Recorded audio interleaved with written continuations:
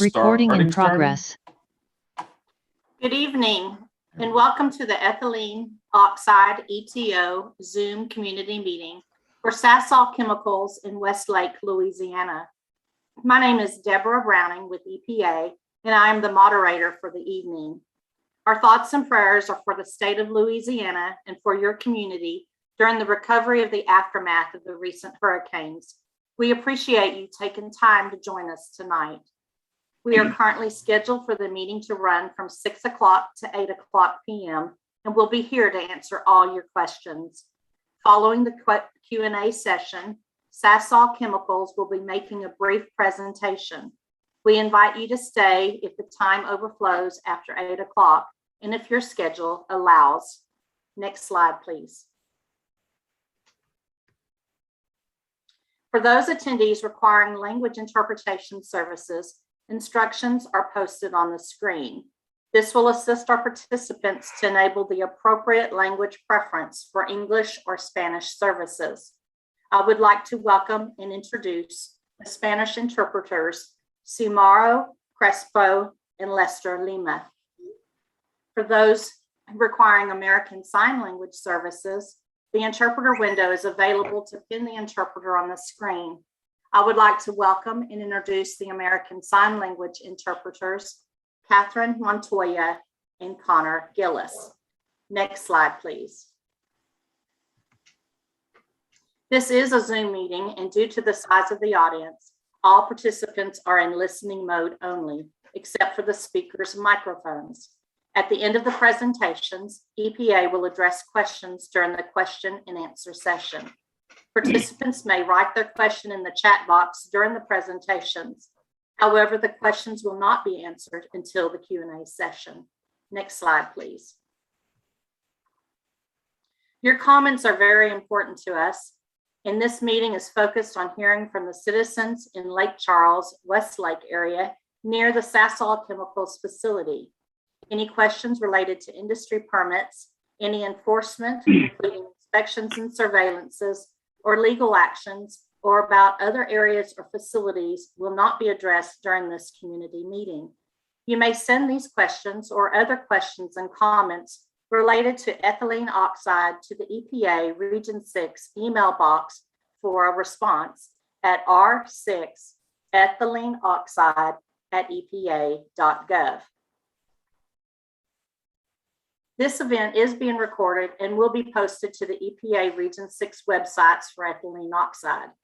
These web links will be posted in the chat box as an announcement on the right side of your monitor screen.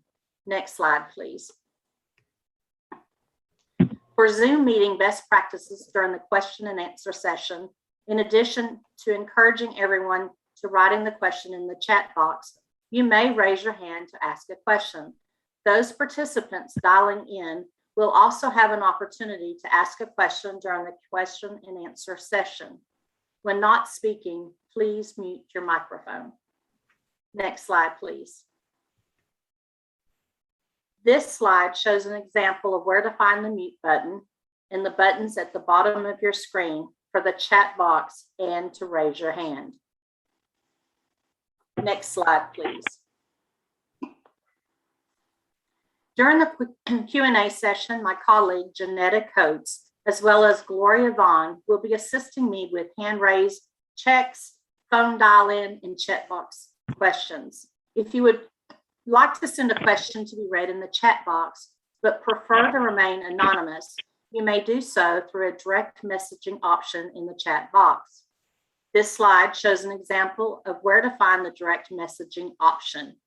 In the chat box, select message option, then use the arrow down to select direct message to Janetta Coates or Gloria Vaughn. Next slide, please. EPA would like to welcome our Louisiana congressional delegation. state and local offices, and the environmental justice stakeholders, along with members of the community attending and participating in this meeting. At this time, I would like to introduce EPA environmental justice representatives. We have with us tonight Matt Tejeda, EPA Headquarters Director of the Office of Environmental Justice, and Gloria Vaughn, EPA Region 6 Associated Director for Environmental Justice. Matt, can you unmute your mic and provide general comments? Thanks, Deborah. Good evening, everyone. This is Matthew Tejada, Director of EJ here at EPA and Headquarters in DC. I'm very happy to see some familiar names. Some folks I've known for a long time, some folks I've just recently met on the list of attendees tonight. First of all, we really appreciate everyone taking time out of your lives, away from work, away from your families, to join us tonight. This is an important issue, and I don't have to tell y'all, most of y'all know, this is an important issue. And this is an issue that it has taken us some time to start to get our arms around at EPA and across the United States. And I know especially early on, some of the work that was being done to try to figure out ethylene oxide and really try to figure out what we're going to do about it caused additional anxiety, especially for folks living near some of the facilities that potentially put out the most of this stuff around the United States.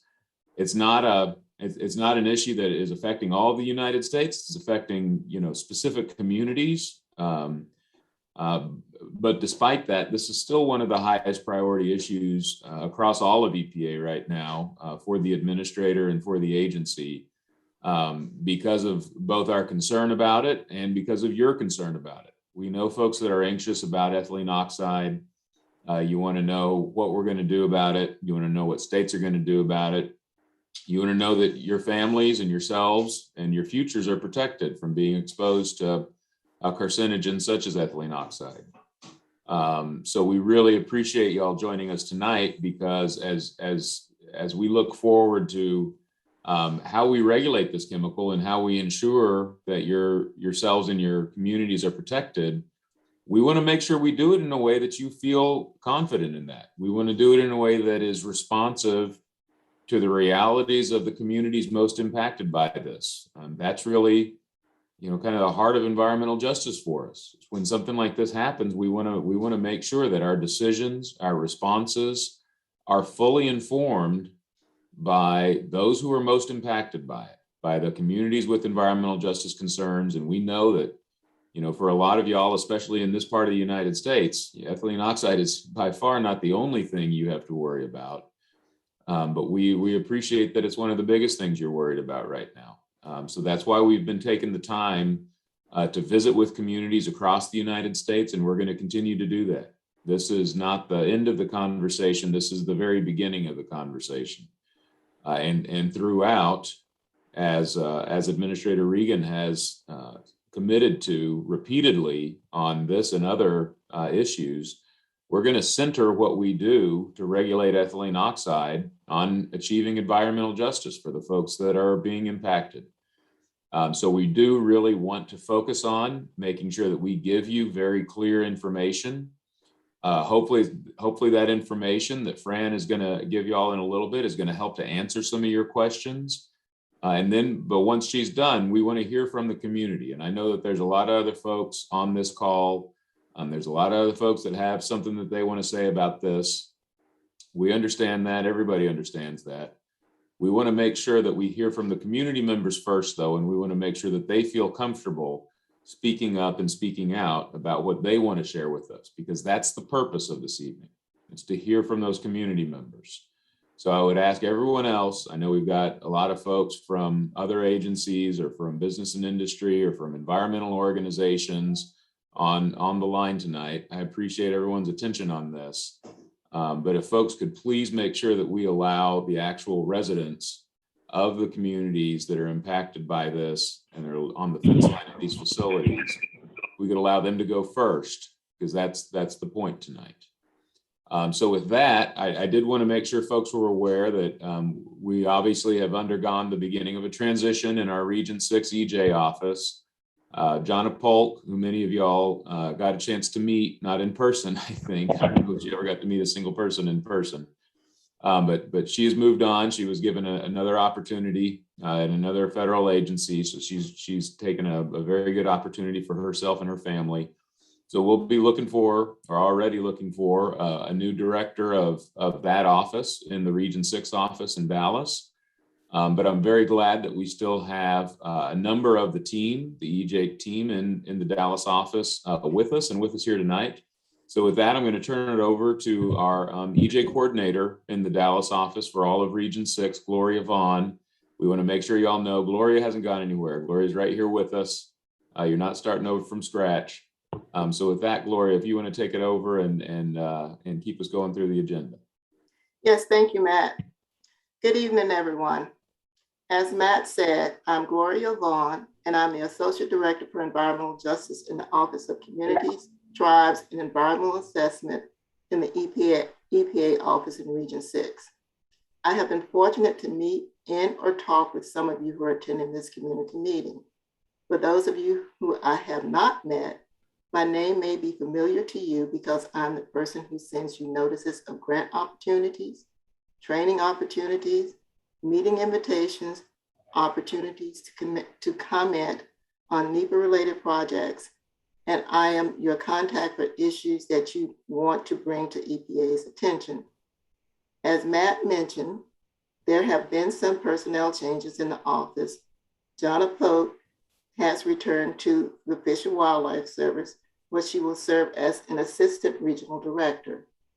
Please be assured that Jonna's departure in no way will adversely impact the work that the EJ office is doing regarding ethylene oxide or other areas of EJ concern.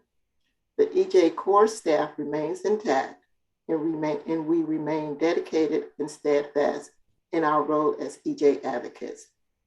We appreciate your time and the sacrifices that you have made to attend this meeting. Please reach out to me if you have suggestions for making these meetings better. My contact information will be placed in the chat box. For those of you who are calling in by phone, you can reach me by phone at 214-665-7535. Your feedback is important. Thank you for attending tonight's meeting, and I now hand the meeting back to Deborah Browning, who will provide further details. Thank you, Gloria, and thank you, Matt. Now I would like to introduce David Garcia, EPA's Region 6 Director for the Air and Radiation Division, for opening comments. Deborah, can you hear me okay? Yes. Okay. Thank you for joining us today. As Deborah stated, my name is David Garcia. I'm the Director of the Air and Radiation Division for the U.S. EPA Region 6 office here in Dallas, Texas. I'm glad to join you this evening after a delay due to Hurricanes Ida and Nicholas that impacted Louisiana. The EPA is presenting this community meeting on potential risk associated with the emissions of ethylene oxide from the Sasol Chemical Corporation in Westlake, Louisiana. We will provide information on the current estimated risk from emissions of ethylene oxide from this facility, what actions Sasol has completed since 2014 until 2020, and what EPA is planning to do to regulate this air toxics. Ethylene oxide is a significant building block for many useful everyday consumer products and is used as a sterilizer for medical equipment. During our periodic review of risk from air toxic chemicals, EPA determined that ethylene oxide presents a greater potential risk for getting cancer through the inhalation or breathing route of exposure. However, across the nation, the total emissions of toxic air pollutants are declining, and air quality monitoring data shows that concentrations of individual air toxic pollutants in the air are trending downward. Despite these trends, some local areas are facing challenges from ethylene oxide emissions. In 2014, and based on the latest National Air Toxic Assessment, ethylene oxide significantly contributed to potential elevated cancer risk in less than 1% of the census tracts across the United States. One of those census tracts is located in Westlake, Louisiana. EPA has started reviewing some of its industrial sector's air toxics regulations that either use ethylene oxide in their process or produce ethylene oxide emissions through their chemical production process. In the future, as part of our regulatory development process, we anticipate that you and other public stakeholders will hold opportunities to provide your comments and feedback to EPA during the regulatory proposal stage as updates to the air toxics rules are considered. Community outreach on ethylene oxide is a critical issue for EPA Administrator Michael Regan. We will be addressing your questions after the presentations by EPA and by community advocates. We appreciate you taking the time to join us today. With that said, allow me to introduce Ms. Frances Verhalen, Chief of the Region's Air Monitoring and Grant Section. She will provide more details on potential risk from ethylene oxide in Westlake. Fran? Thank you, David, and good evening. Deborah, can you hear me okay? Yes, Fran, I hear you loud and clear. Thank you. As David indicated, I'm a supervisor here in the Dallas office for the Ambient Air Monitoring and Grants section. Tonight, I will be speaking on the risks posed by ethylene oxide emissions from the Sasol facility in Westlake. I understand that it is located in the Lake Charles area and near the community of Mossville. Tonight's discussion is specific to ethylene oxide emissions from this facility. I'm focusing on providing you information on ethylene oxide uses, the health effects from breathing ethylene oxide, both short-term and long-term risks, information on what the facility has done to update its emission of ethylene oxide, EPA's conclusions after reviewing updated technical information and the risk modeled for this facility, and more accurate information provided by the company and the Louisiana Department of Environmental Quality, or LDEQ.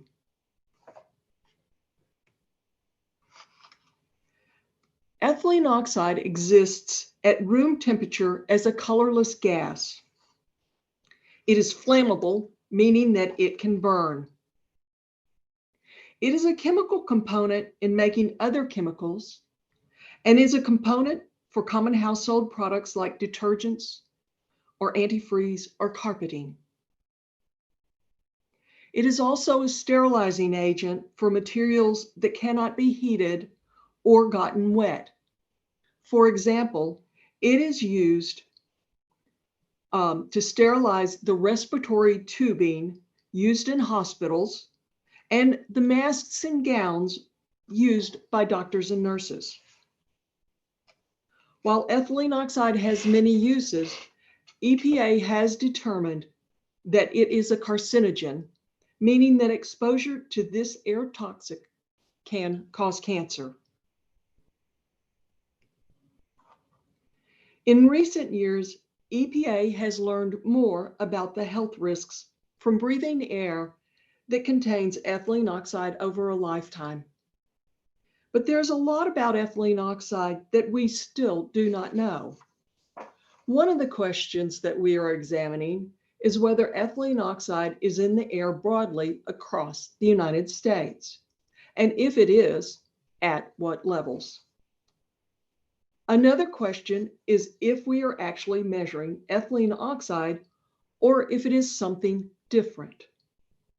And we began examining this question after monitoring studies of ethylene oxide in the air near an industrial facility in Illinois in 2018 and 2019. We found it at monitors downwind of the facility, which we expected because wind carries ethylene oxide from a facility towards the monitors. But the studies also detected ethylene oxide, although at lower levels, at monitors that were upwind of the facility, indicating the possibility that background ethylene oxide exists. Another question we are looking at is if we are actually measuring ethylene oxide or if we are measuring a different chemical that acts like ethylene oxide. EPA has found concentrations of ethylene oxide in the outdoor air that are not clearly linked to a particular industrial facility, such as a chemical plant or commercial sterilizer. We do not yet know where the ethylene oxide is coming from. The scientists and engineers at EPA continue to study and research multiple things that can contribute to ethylene oxide concentrations to better understand where the ethylene oxide is coming from. EPA has sampled the air in both urban and rural communities across the nation to monitor the concentrations of air toxics, including ethylene oxide.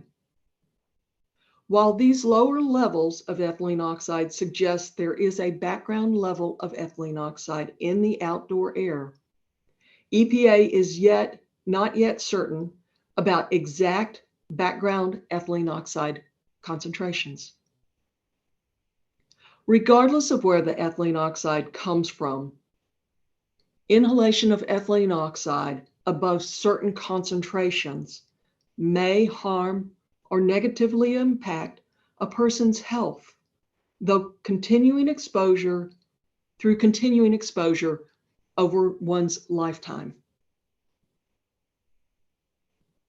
I'm here tonight to talk about potential health risks associated with air emissions of ethylene oxide from the Sasol Chemicals facility in Westlake, Louisiana.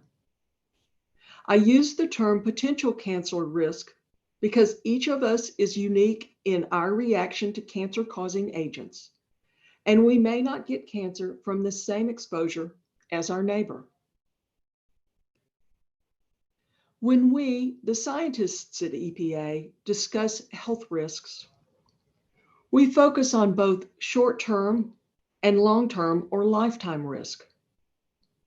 Tonight, I'm focusing on risks from breathing air toxics. You may hear this called inhalation risk. Short-term risks are those potential risks that impact quickly. You may hear this called acute risk.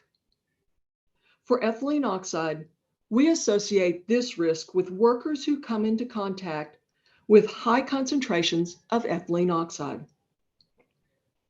Short-term inhalation exposure by workers to high levels of ethylene oxide has resulted in serious physical effects. For those of you living in the community near Sasol, this situation or type of risk is not likely or probable. Long-term risks are potential risks that develop over years of exposure. You may know this as chronic risk.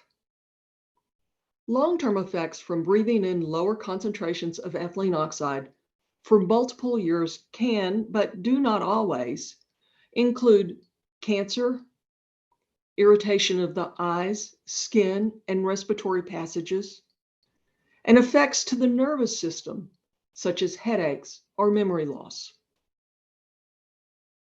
We, the scientists at EPA, have determined that a long-term or lifetime exposure of about 70 years to ethylene oxide increases the estimated risk of developing certain cancers. Let me start with an explanation about what the potential increased cancer risk means. EPA discusses increased cancer risk as a comparison of the number of people at risk of developing cancer for every 1 million cases. You may hear it as a potential risk of 10 in a million or 100 in a million, for example. This risk is in addition to the chances of developing cancer for other reasons. This slide shows the emissions for ethylene oxide for 2014 and 2018 and the associated risk estimates from the Sasol's chemical facility. Using the 2014 emission inventory information in the National Air Toxics Assessment Model, EPA estimated the potential increased cancer risk in the Westlake area from ethylene oxide to be over 800 cases in 1 million. And EPA determined that the ethylene oxide emissions were from the Sasol facility. At EPA, we consider excess cancer risks that are estimated to be above 100 cases in 1 million as not sufficiently protective of human health and in need of further evaluation to address this concern. This is one of the reasons we are here tonight, to tell you that there is an increased risk of developing cancer from breathing ethylene oxide. Using Sasol's 2018 emissions inventory information, EPA found that the potential risk in increased cancer to be about 300 cases in 1 million. Because the amount of annual emissions changes based on a facility's use of ethylene oxide, EPA uses the actual annual emissions for a specific year to develop the estimated lifetime risk. Thus, the associated risk continues to change. Please note that EPA uses actual emissions for a specific year to develop the estimated lifetime risk, and risk will continue to change as the actual emissions change. In 2016, EPA published the Integrated Risk Information System, or IRIS, assessment for ethylene oxide. This risk assessment underwent 2 rounds of public comment and 2 rounds of peer review by EPA's Scientific Advisory Board. EPA stands behind the ethylene oxide IRIS value. However, you may hear different views about the risk. I'm not here tonight to debate the different risk values, but rather to explain the risks based on EPA's latest risk scientific assessment. Suggestions to consider risk values other than the IRIS will be addressed by EPA at a later date through our formal agency processes. In developing our risk number for breathing ethylene oxide, EPA chooses to be protective and conservative. We base the increased risk of possibly contracting cancer on someone breathing air with ethylene oxide in it at the same concentration every day for 24 hours a day for 70 years. It does not mean that it will take 70 years to develop cancer. It could be more time or less. We do not expect a one-time or short-term exposure of low amounts of ethylene oxide to cause immediate harm to a person's health. EPA has found that a long-term exposure, and that we define as a lifetime or about 70 years exposure to ethylene oxide, will increase the potential risk of developing certain cancers, including non-Hodgkin's lymphoma, myeloma, and lymphocytic leukemia. Some studies also conclude that long-term exposure to ethylene oxide may increase the risk of breast cancer.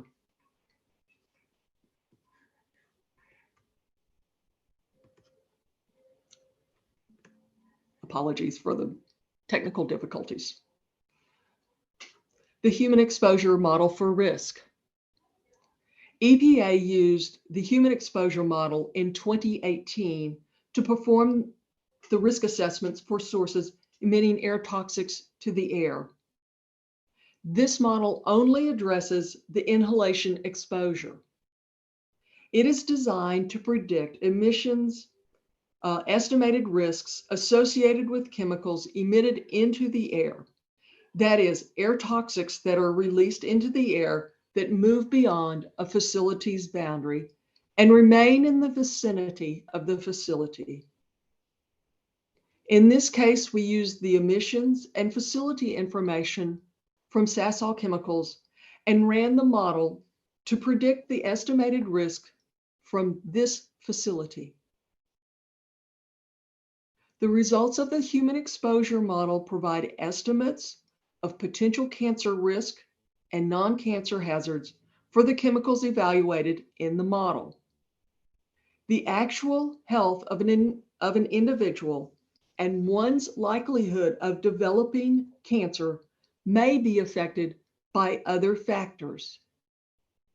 Examples of this include how long a person is exposed to an air toxic, what their regular routines normally are, and what air toxics a person is exposed to during those routines.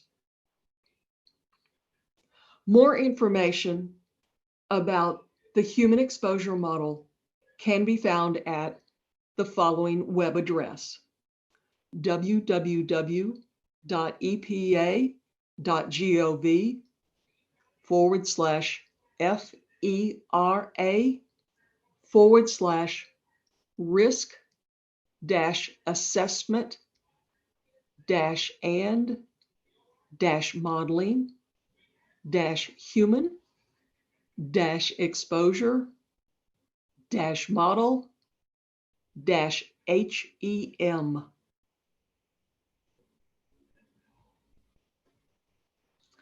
As part of the human exposure model, EPA estimated the risk of non-cancer effects from the Sasol facility based on the 2018 emission inventory. EPA has identified that Sasol Chemicals had an estimated hazard quotient of 3, due primarily to chlorine emissions and using the respiratory system as the target organ.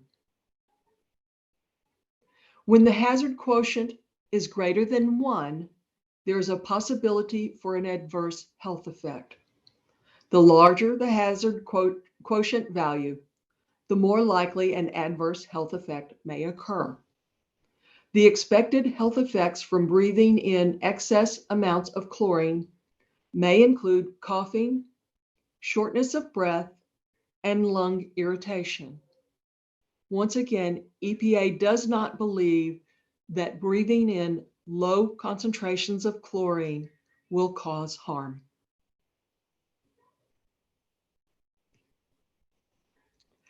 Sasol Chemicals is located near Lake Charles, Louisiana, in Westlake. As EPA began updating information from 2014 to 2020, we initiated discussions with Sasol. In October of last year, EPA sent a letter to LDEQ requesting assistance from the state in gathering the most current emissions on the specific ethylene oxide emitting facilities, including Sasol, and to assist with the development of technical assessments. In April of 2021, EPA and LDEQ held a conference call with Sasol to discuss the facility's efforts to reduce reported ethylene oxide emissions.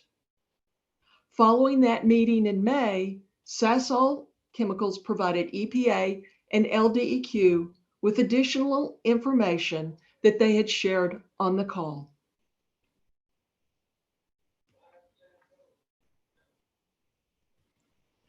Sasol's Lake Charles Chemical Complex has multiple manufacturing units which produce various products and chemicals used to make other products.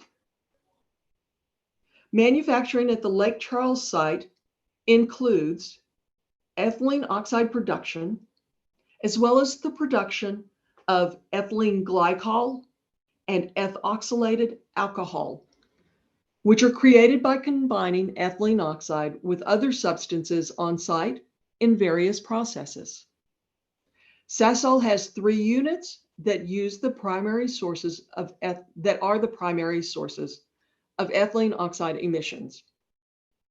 These are the ethoxylation unit, the ethylene oxide ethylene glycol unit, and the research and development laboratory.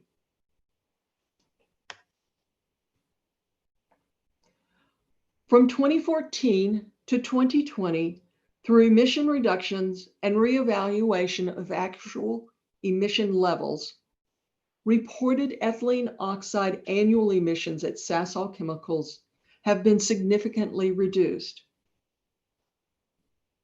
Please note, EPA used the value of 12,640 pounds from Sasol's 2014 emission inventory submitted to LDEQ in our NATA model, the National Air Toxics Assessment Model, as this was the data that we had at that time in 2014. Subsequently, Sasol has revised its emission inventory for 2014, decreasing its emission inventory to 2,225 pounds. This graph does not show that revision. The revised emission inventory by Sasol was due to process changes and corrections. Sasol instituted a cap on the amount of emissions that could be sent to the flare for destruction, using shorter duration of emission events sent to the flare. Sasol hired an emissions testing firm to test the ethylene oxide emissions from the vents in 2 areas of the facility, the ethylene oxide process area and the storage and unloading for the ethylene oxide and associated byproducts area. The results of the testing indicated an actual destruction and removal of 99.9% of the ethylene oxide, as opposed to the previous projected and calculated destruction efficiency of 98%. This change in value indicated that Sasol had overestimated ethylene oxide emissions from 2014 through 2020. EPA continues to work with Sasol Chemicals to monitor the annual emissions. On an annual basis, you too can check on emission inventories and toxic risk inventories that Sasol and other facilities of interest submit to the state.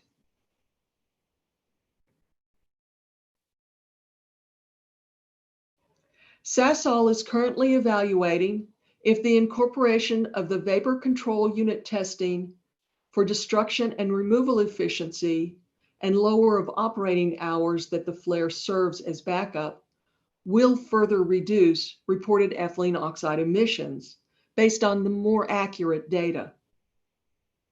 Sasol is also planning sampling activities to refine the West Lab emissions and anticipates additional decreases in ethylene oxide emissions estimates.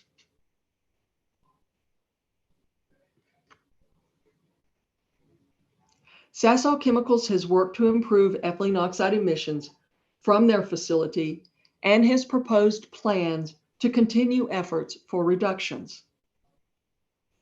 There is a reduced estimated cancer risk from the Sasol facility based on the 2018 emissions of 300 cases in 1 million. I remind you that EPA modeling of estimated risks is very conservative. It assumes a continuous 24 hours per day inhalation exposure to ethylene oxide for a lifetime of 70 years. EPA is continuing to review and revise our regulations. And EPA, LDEQ, and Sasol will continue to discuss additional ways to control and reduce emissions of ethylene oxide from this facility. Fran, before you go forward, I've got a note in the chat box that some people are saying the presentation is muted. If Janetta or Fran, can you double check to make sure you're being heard? Okay, hang on a second. Technical difficulties? Test. I can hear test. Fran. Test 1 2 3. Test 1 2 3. My mic's on. Okay, then go ahead and continue. So I just wanted to make sure that others Deborah? were. That Yes. suggests that they check to make sure they do not have themselves muted. Okay, great. Thank you. Sorry about the interruption, Fran. I'm good. Nope.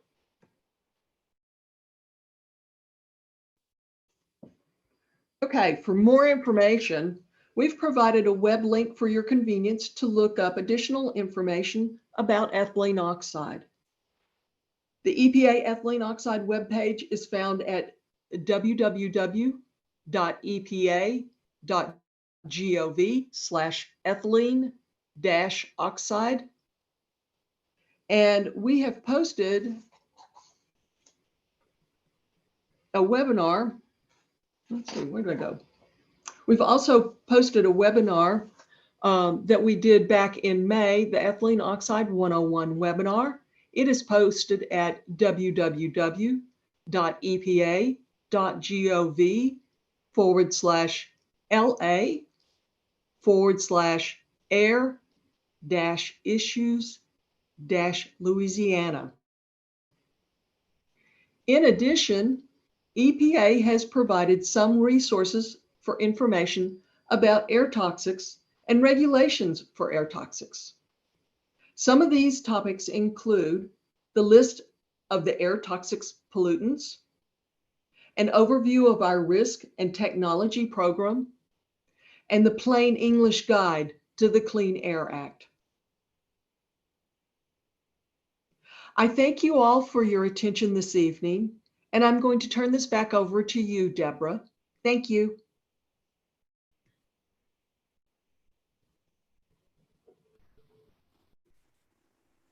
Thank you, Fran, for your ethylene oxide. EPA would like to introduce our community advocates, Mrs. Christine Bennett and Miss Caroline Peters. We look forward to hearing more from these community advocates on their community concerns about ethylene oxide emission. First, we will hear from Miss Christine Bennett. Miss Bennett, if you can unmute your microphone.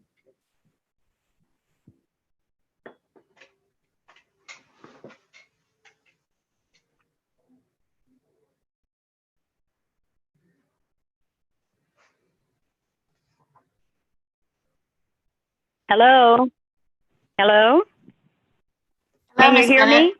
Hello, Miss Bennett. Yes, Hi. we can hear you. Thank you so much. And I'd like to say God bless to everyone. I'm Christine Bennett from Mossville, Louisiana.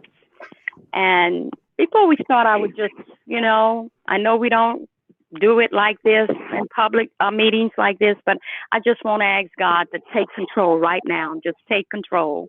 And I want everybody to just focus on Revelation 11:18. And I know this is not here, but I have to read it. And it says, those who fear your name, small or great, and shall destroy those who destroy the earth. I just pray that anyone that's on this line is not a part of that scripture that is destroying God's earth in Revelation 11:18. Because right now, we're in trouble. If we don't know it, ethylene oxide is not the only thing that we're going through right now. God is speaking and he's trying to get his people to wake up. As I understand that, when I'm torn apart, I was born and raised in Mossville, surrounded by 16 industries with Sasol, the ethylene oxide plant. That's probably doing more than just the ethylene oxide. But I want to thank Fran for that beautiful statement she made or the history on ethylene oxide, but I just wanted to know whether or not Fran was a toxicologist or is a toxicologist and a scientist are the same, because toxicologists medically, I felt, or it's the same thing as a scientist. I do not know, but I do know that we don't have very much visits from toxicologists when it comes to ethylene oxide, because we all might have it in our bloods in Mossville, but because we can't see a toxicologist, we have a beautiful person, Wilma Sumo, has been a blessing as a scientist to us. So I want to say that I don't even know. I'm baffled at it, because here I am dying, not like we used to say, we're dying daily. We're dying every hour now in Mossville. I don't know. This might be my last time speaking with any of you at this time, but I do want to say that I don't even know why we're talking about ethylene oxide, knowing that it causes cancer. Why we not on here trying to find a solution to shut the plant down like Illinois did, or why we not on here trying to do all we can to file suit like we did the 9 other plants in our area that had to reimburse EPA. If we've missed the message here, EPA, Environmental Protection Agents of chemical plants. I don't know if I'm saying it right. Is that what the EPA means, Environmental Protection Agency for industry, or is that environmental protection for the people? Because I'm lost right now. We've been in this fight for over 40 years, and here we are, knowing what Sasol doing, knowing it's killing God's people, killing God's earth, water, everything. And yet we sitting here talking about how we can get them to bring it down, knowing that they're killing people. That don't even make sense to me right now. And I'm very disturbed over, because of the fact that I have grandkids, that I live to let them see Mossville, to where I was born and raised at. But I think about those who are putting it out. How they telling their grandkids? It's like, eat this chocolate candy, because I heard that chocolate candy has to have a little rat poop in it because they can't get it all out. Well, that's like telling me, you can eat the chocolate candy, but just don't eat too much because it do have rat poop in it. Come on, people. What are we doing? We sitting back, letting people think that the dollar comes before our life. Mossville is being dished a cocktail every day that I've lived there. We have dioxin mixed with ethylene oxide. We have ethylene oxide mixed with benzene. Man, you know what a cocktail is, but have you ever had one of these? And every day out of the 16 plants, we breathe. I went to school. I had to go to school riding through it every day.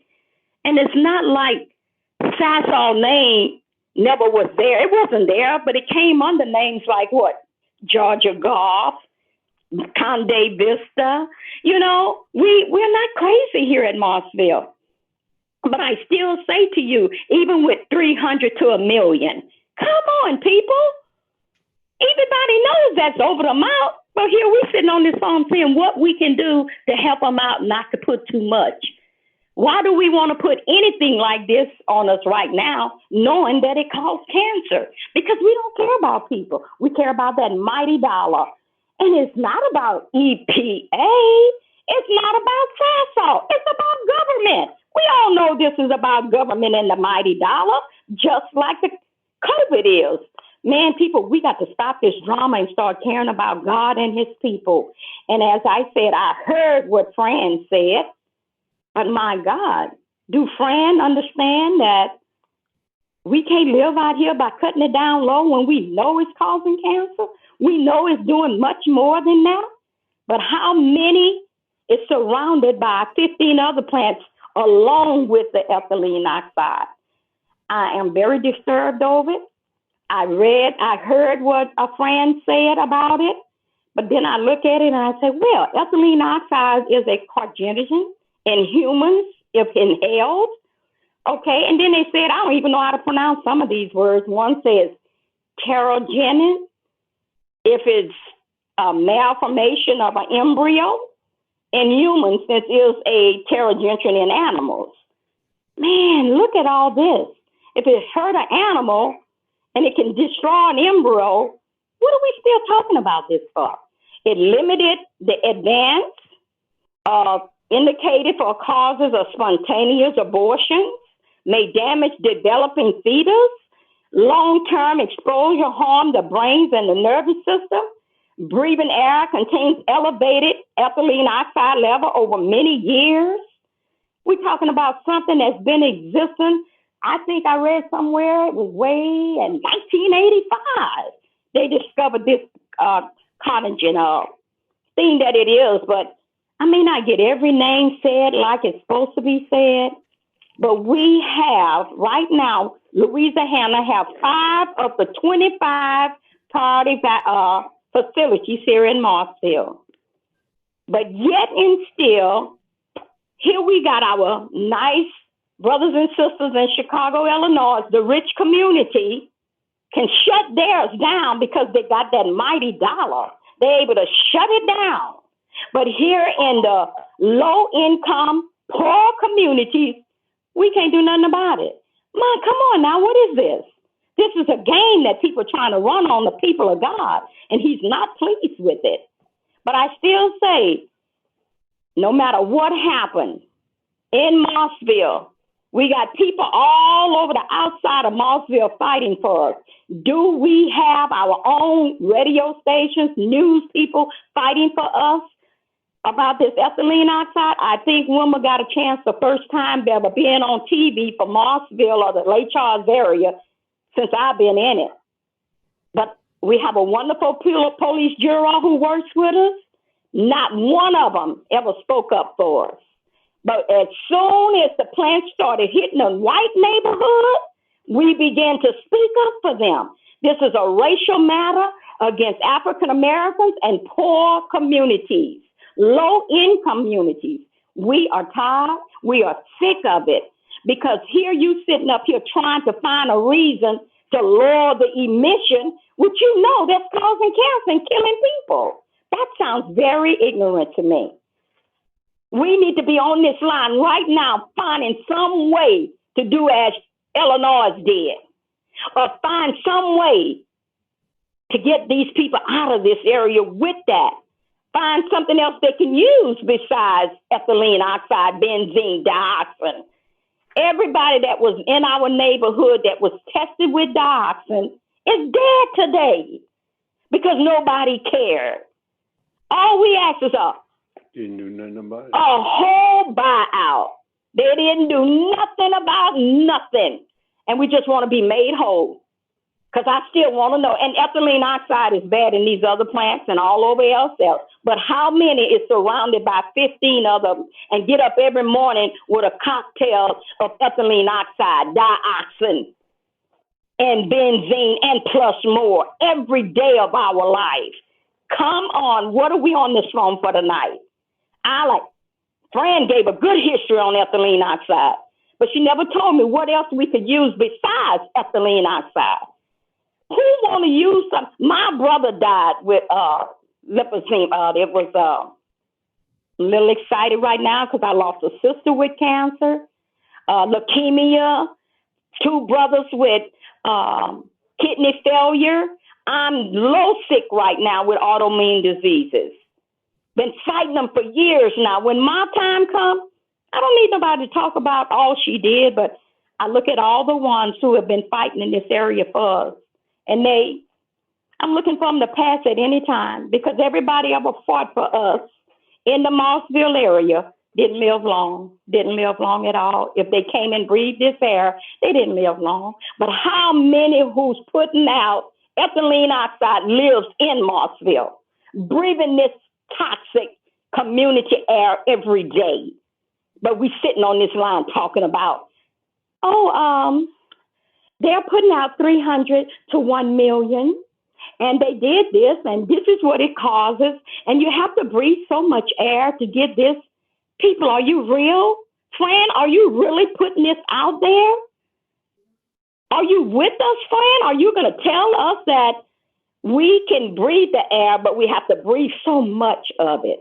That's like telling me to take some strychnine, but just don't take too much.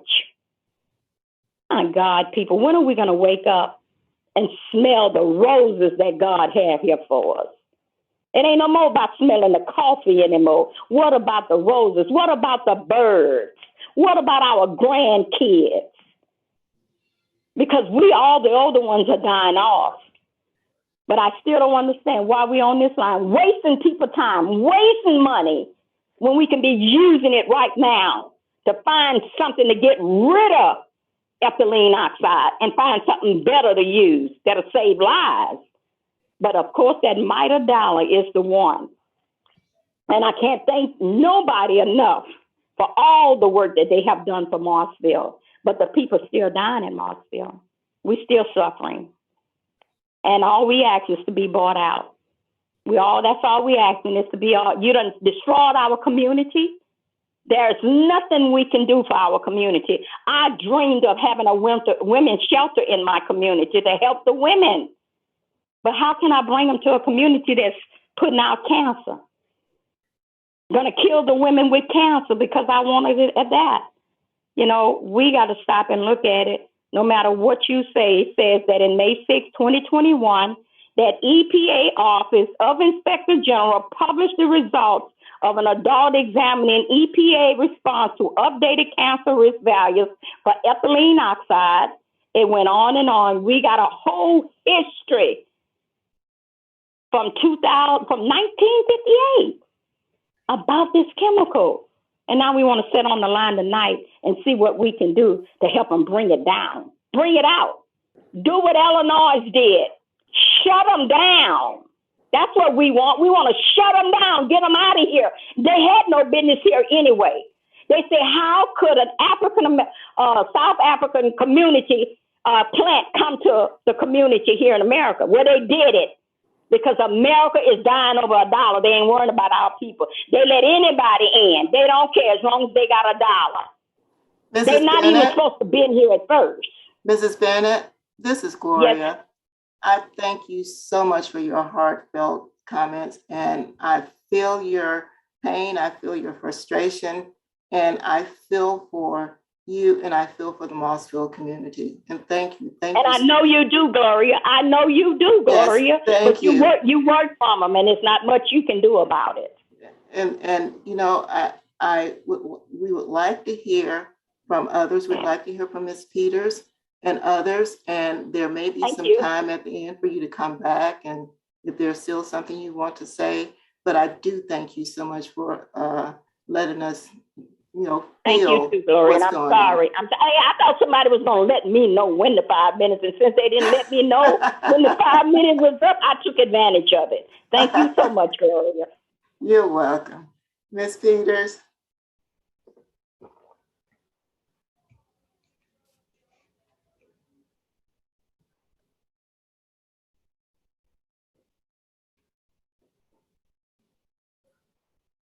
Hello? Yes, we can hear you. Okay. Are you ready for me to speak? Yes, ma'am, we are. Okay.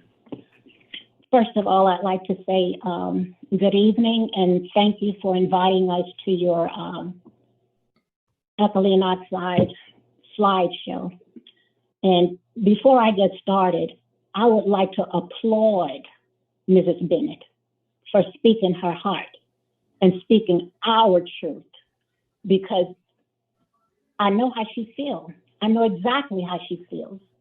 But nevertheless, I'm going to go ahead on and share with you my heart. I think everybody knows that you already know my name. I'm Carolyn Peters, and Concerned Citizens of Mossville is a nonprofit organization that we've gotten together to do so that we can try to change the situation that we find ourselves in right now for the remaining residents in Mossville.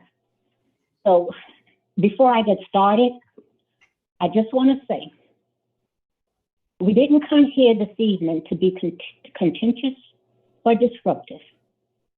However, we have to take advantage of every opportunity that we have to speak our truth. And that's what you just heard from Mrs. Bennett. This is where we are. We've been fighting this fight for over 40 years with all the environmental injustice and environmental racism that's been going on in Mossville. It's never stopped, it's never changed.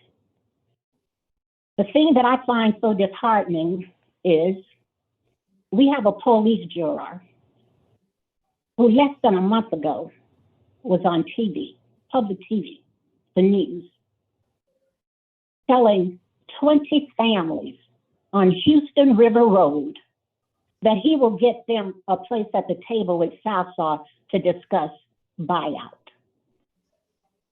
They're discussing buyout because those 20 white families can't stand the noise from Sasol. Noise. We have been talking, oh gosh, that same police juror has never offered us the same opportunity, and we're fighting for our lives. I find something wrong with that.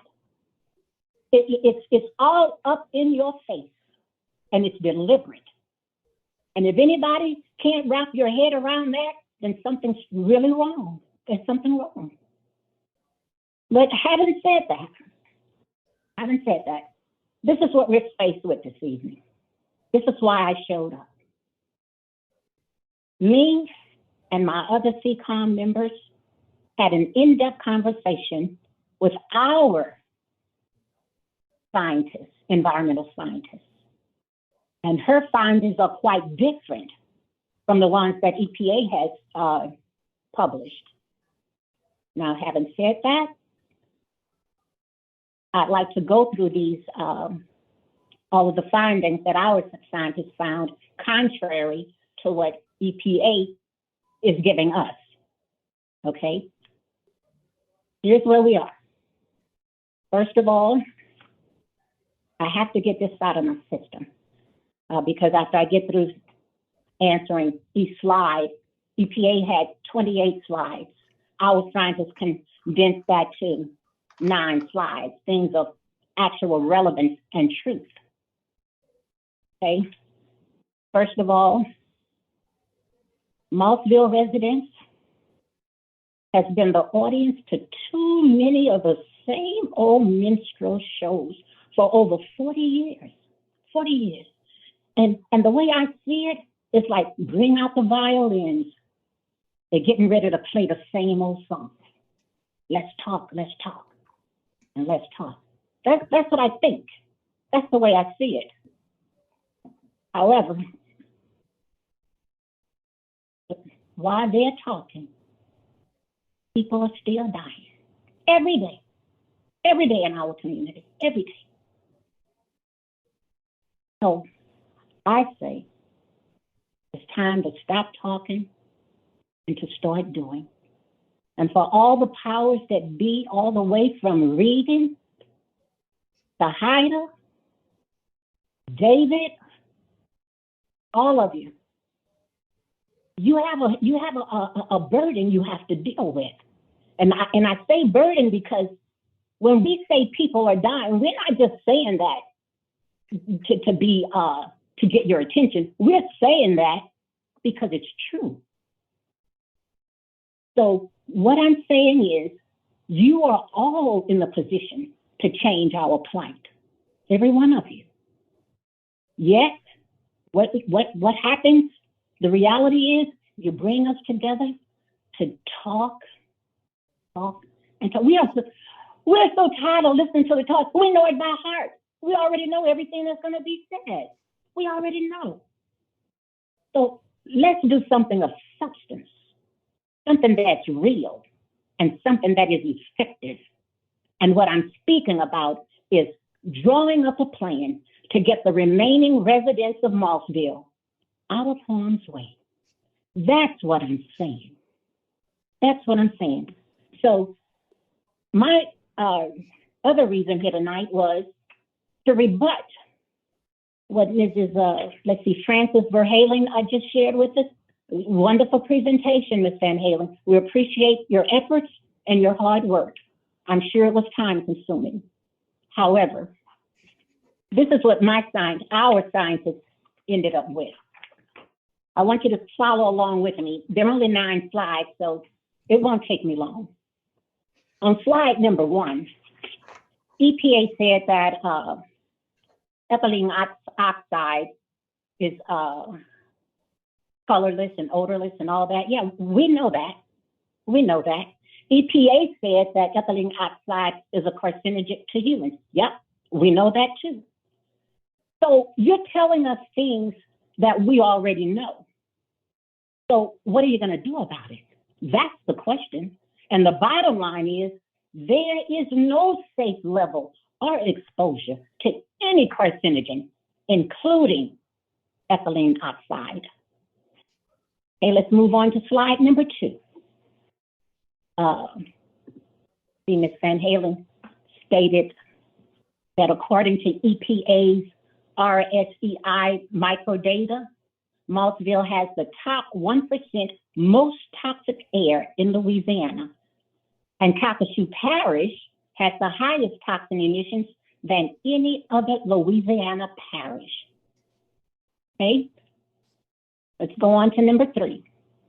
EPA talks a lot about background levels of ethylene oxide. Now, just because EPA has not identified the source of ethylene oxide, that doesn't mean that background ethylene oxide is natural. That's not true. You cannot take that mindset. What purpose does it serve to talk about background levels? What does it serve? We know that the source of ethylene oxide in our community is Sasol. That's it, bottom line. End of discussion. Number 4, EPA talks about non-cancer risks from Sasol's chlorine emissions. However, studies have proven that chlorine emissions pose a risk to our respiratory systems, and therefore is imperative that this risk is addressed, especially given the fact of ongoing COVID-19 pandemic. And slide number 5, EPA's conservative and misleading model is based on 70 years of exposure. This does not mean that it takes 70 years to develop cancer. Either the model is realistic or it is not. And if the model is unrealistic, why is EPA using it? Now, Mrs. Van Halen just said that there's an increased risk of developing cancer. Right, yes, of course. She's sharing with you what we've already known for decades. We know this. We've lost too many people because of this. Slide number 6 says, according to the EPA presentation, Sasol's ethylene oxide emissions have more than doubled since 2017. Therefore, how can we believe Sasol and EPA is actively working to reduce ethylene oxide emissions when the levels have recently doubled? What do you do? What do you do? Number 7, EPA indicated that in 2014 through 2015, Sasol dropped from 12,000 pounds to 2,000 pounds of ethylene oxide in Mossville. Yet, LDEQ's database indicated that Sasol released approximately 2,000 pounds of ethylene oxide in 2014 in Mossville. Therefore, there was no actual decrease in ethylene oxide from 2014 to 2015. So how can Mossville residents trust EPA when they are showing us misleading graphs? Just here tonight, this evening, the years 2015 and 2016 were omitted off the graph. Why? I wonder why. Was this an accident? Intentionally misleading? What do you think? And number 8, most of the residents have not been given any evidence to support Sasol's recalculated ethylene oxide values. Even if we accepted the new values, Mossville residents' cancer risk from Sasol is triple what EPA and LDEQ consider to be acceptable, which is 300 in a million versus 100 in a million. Do the math, see it for yourself. Based on 2019 cancer hazard values from EPA's RSCI database, Sasol ranked 36 out of more than 15,000 industrial facilities in the United States for the most toxic cancer-causing air pollution. I get stuck on that because it scares me. It scares me. And the last slide is number 9. Says, since December 2016, EPA has known about the high risk of ethylene oxide in our Mossville community. The Styrenix facility in Willowbrook, Illinois, emitted approximately 5,000 pounds of ethylene oxide per year and was shut down. Sasol emitted approximately the same amount in 2020. Sasol and EPA, the time for evaluating emissions control strategies is over. We need immediate action to stop the killings and murders. It's time for Sasol, EPA, and LDEQ to get Mossville residents out of harm's way. And as far as the slides, that I'm finished with that. But what I want to leave with you is that once we get through talking about the presentation tonight, can we get down to some real business and talk about the business of saving lives? Can we do that? Can we do that? Thank you.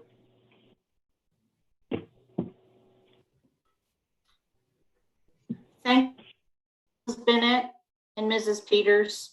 We hear your heartfelt concerns and appreciate you sharing with us tonight. Next slide, please.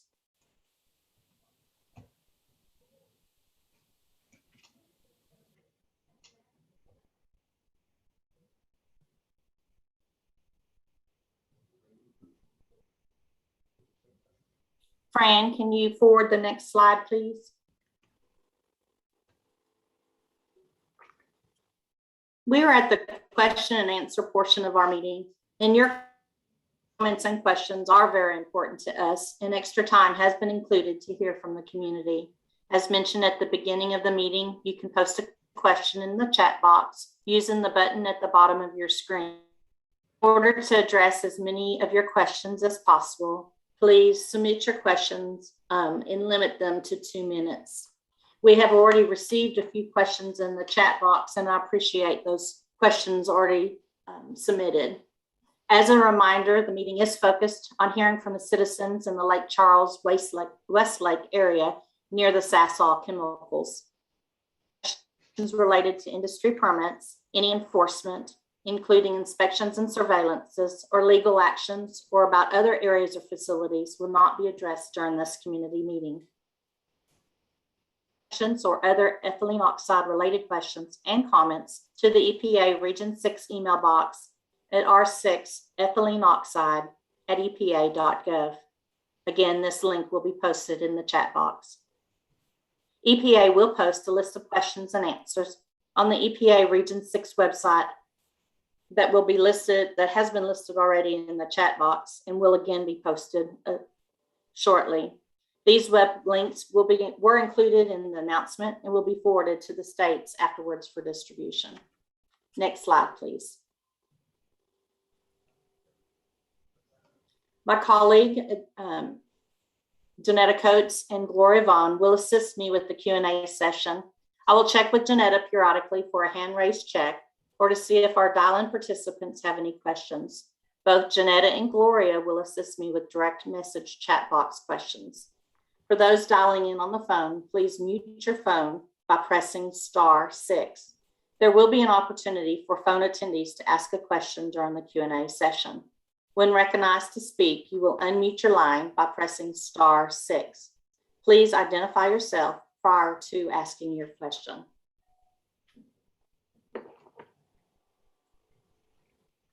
As a reminder, if you would like to send a question to be read in the chat box but prefer to remain anonymous, you may do so through a direct message option in the chat box. This slide shows an example of where to find the direct messaging option. In the chat box, select message option, then use the arrow down to select direct messaging to Janetta Coates or Gloria Vaughn.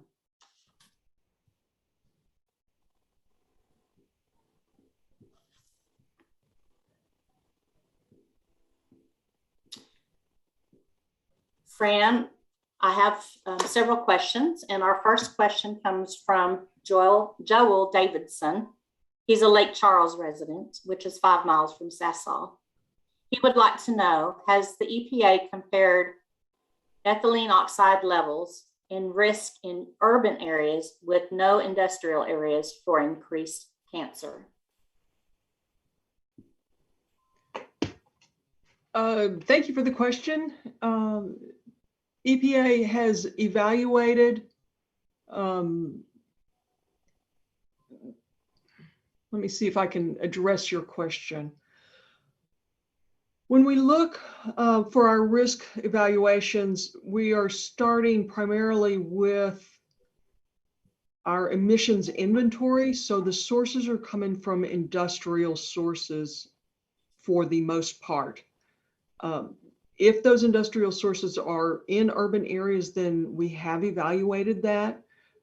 Industry covers a lot of territory that does include commercial sterilizers and hospital sterilizers that are typically found. The commercial sterilizers are found in industrial areas often, but the hospitals may be in urbanized areas.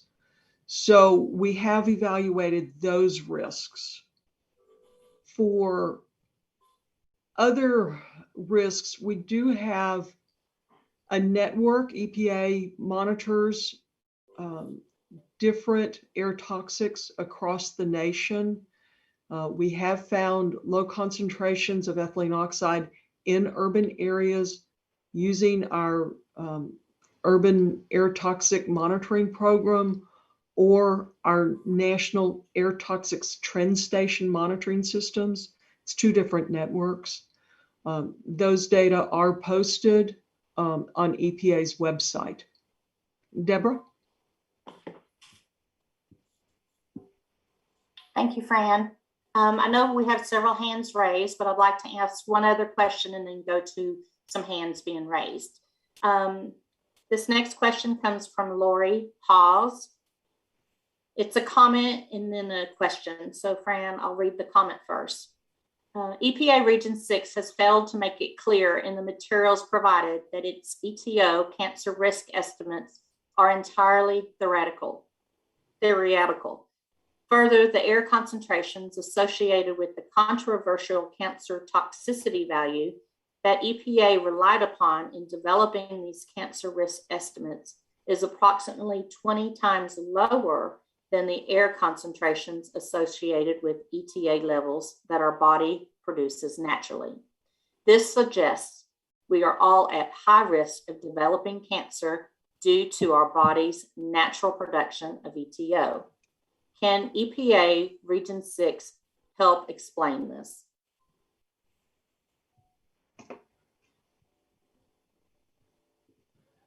Okay, so I heard a couple of things, and I'll try to address the question that I heard predominantly. Yes, we all produce ethylene oxide in our bodies at the concentrations that we produce.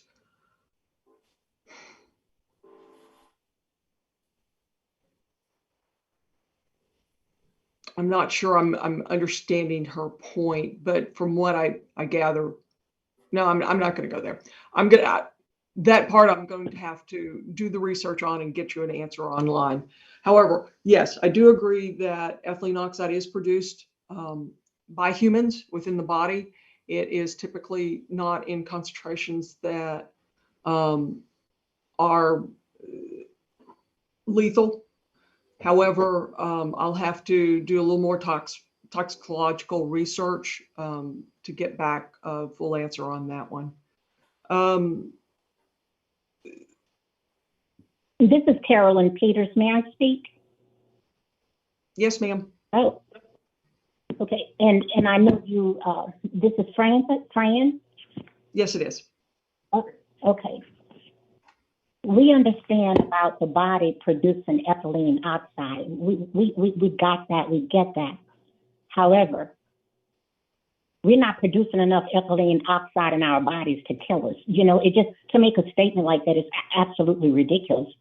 What the focus needs to be on is what Sasol is producing that's killing people. That ethylene oxide that has nothing to do with our body except for poisoning it. That's it. That's not a hard question to answer. Oh, well, thank you, Ms. Peters. Yes, and you're right. There's a difference between the amount that it's emitted from the Sasol facility as opposed to what the human body produces. You're correct. So thank you. Deborah? Thank you, Fran. Thank you, Ms. Peters, for your comment. I also received a comment from Ms. Kimberly Terrell. She also made a statement that our bodies also produce carbon monoxide, chlorine, and ammonia in our bodies.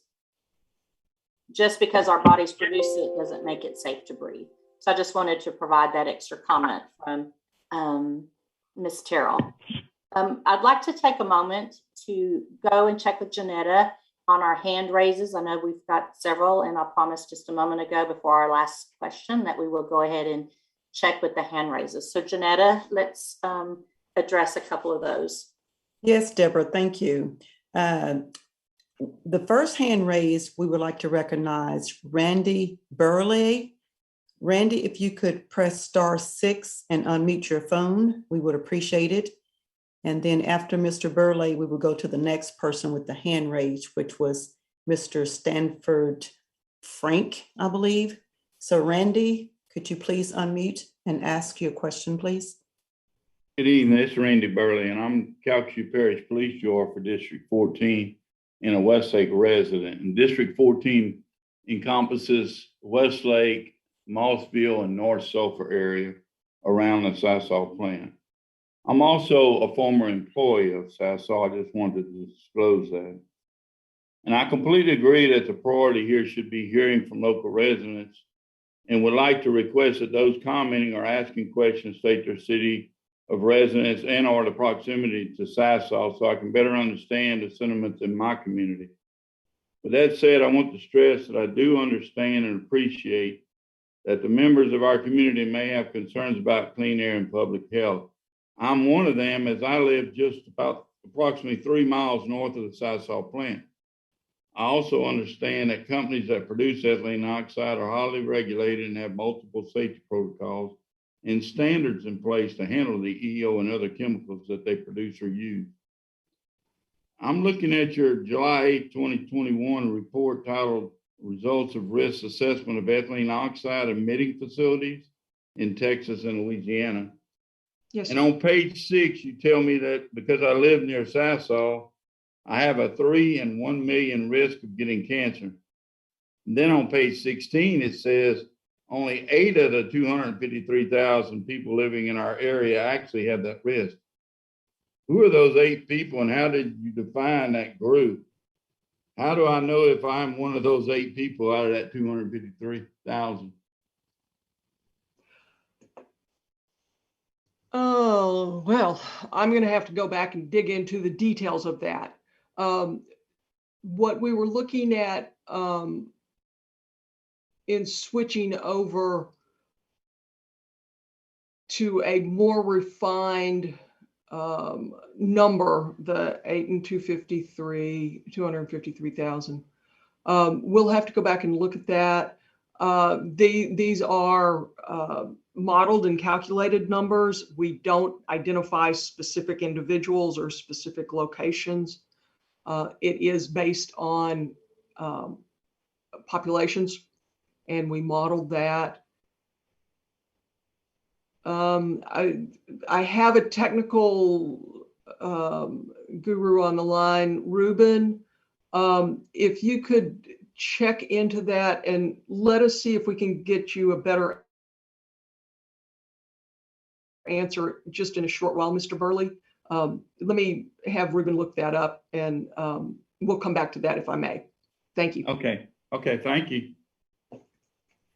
And Fran, before we move to the next question, Mr. Burley requested that people who are making comments identify themselves so that he can better have an understanding as to who is the sentiment in the community that he's representing. I'd like to point out that we do not require people to identify themselves because we realize that some people may not feel comfortable in doing so. So if people feel that they do not want to identify themselves, they do not have to. And also a reminder that we do have the direct message capability that's shown on the screen for people who want to provide comments that way. Thank you. Thank you, Gloria, for that reminder as well. Fran, what we'll do is we'll come back to Ruben's response to Mr. Burley's questions. So to allow Ruben time to look up that response, I'll go back over to Janetta. She had a couple of other people that were going to speak next. Yes, thank you, Deborah. At this time, we would like to ask Mr. Stafford Frank to *6 and unmute his line and ask your question, please, sir. Hi, my name is Stafford Frank. Can you hear me okay? Yes, we hear you loud and clear. Thank you. Okay. Fran, I'd like to take you back to the slide where you were talking about background levels. And yes, sir. You mentioned, I guess, how the EPA came up with the idea, or how background levels, one of the ways background levels came about. Yes, sir. Yeah. And it had to do with the fact that you had monitors upstream and downstream of a plant and of a facility, and the downstream monitors were monitoring, but then you had readings on the upstream, and that led you to believe that something was amiss. Did I hear that correctly? Is that what you said? That's close. What we found was that because we had concentrations in the upwind samples that were not expected, we do expect some measurement in the upwind samples because the wind is rarely in one direction for the entire sampling period. So we do expect some mixing, but it was higher than we thought, and it was repeatedly higher than we thought. So then we thought there might be another source, but we couldn't identify another source. So we're still trying to understand how that background, how that upwind location had such a high sample concentration. I guess my comment to that would be, people who fight forest fires, they can be 10 miles away from the forest fire, and they can smell the smoke. Yes, sir. So I don't see the connection there. And that may be part of what is going on. We are conducting some research into different sources, including transport with ethylene oxide. Because of the type of molecule it is, it's less likely to transport too far, but we don't know exactly how far is too far yet. So we are looking into that. As you said, with a forest fire, you may be able to smell smoke much further away. And part of that is because of the particulate size and the way that the smoke will transport in the wind and stay together. Yes, sir. I had a chance to read that study that was done on the risk assessment that you used the human exposure model for. Yes, sir. And where you Sasol reading came out to be 300 to a million, which your cutoff is 100.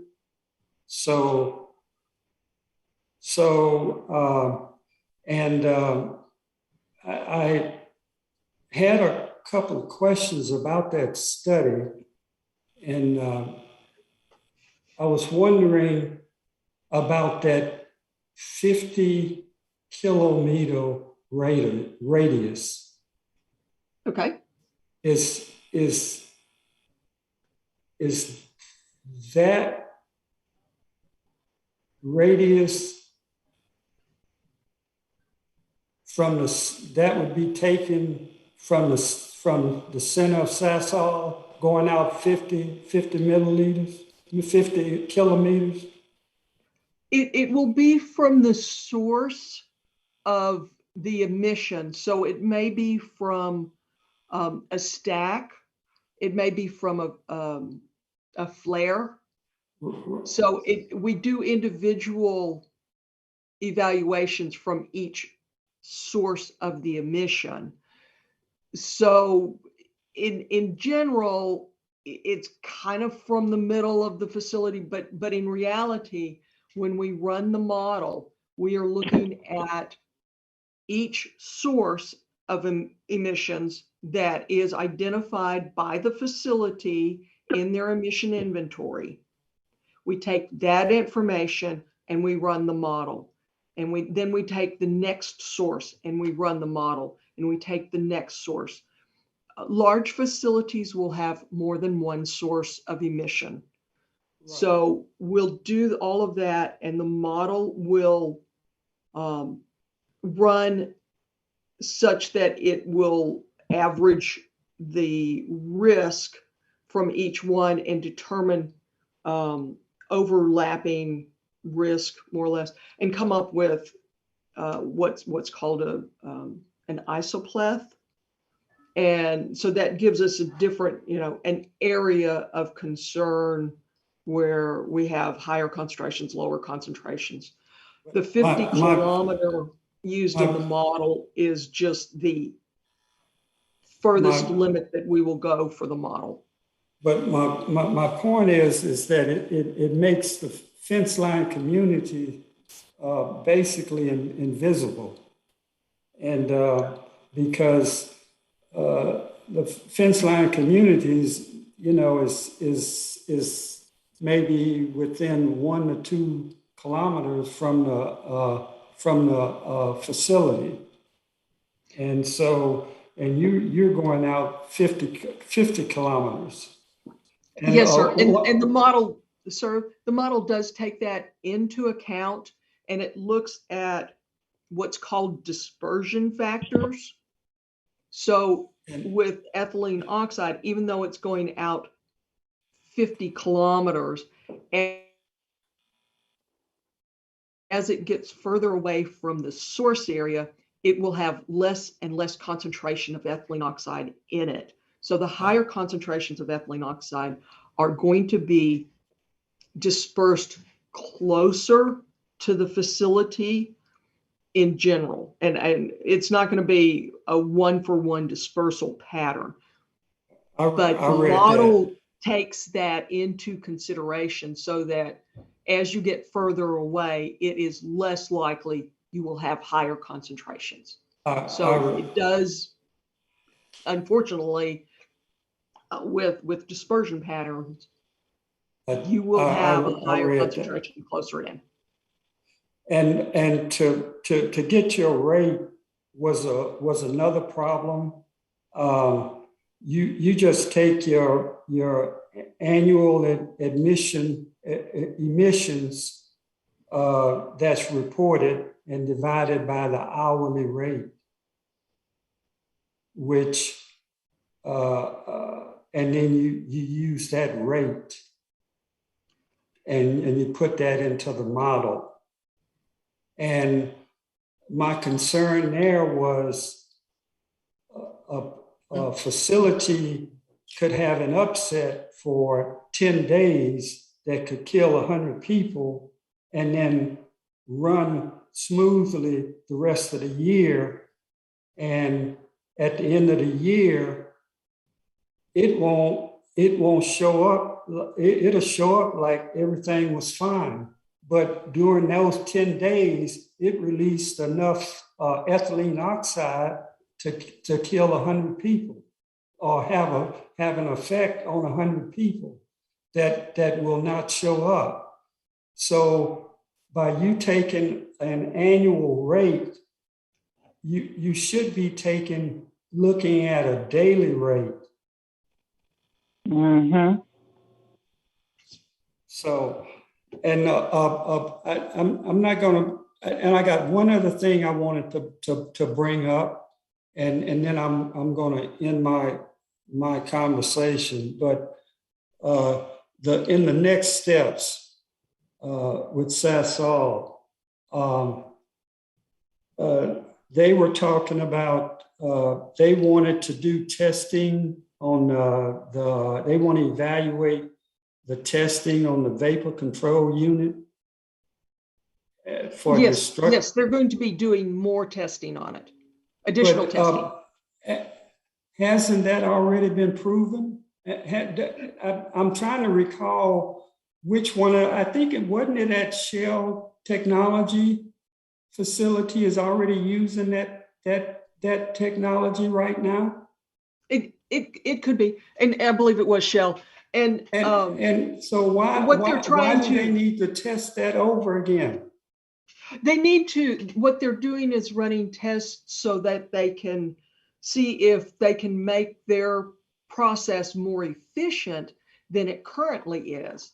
They're currently removing, I believe it's around 99.9% of the ethylene oxide through this particular process control unit. They're trying to see if they can get to 99.99 or whatever, get better. Yes. So they're running additional parameters to see if they can change and tweak their procedure to remove more ethylene oxide from their control process. And they're trying to make it better.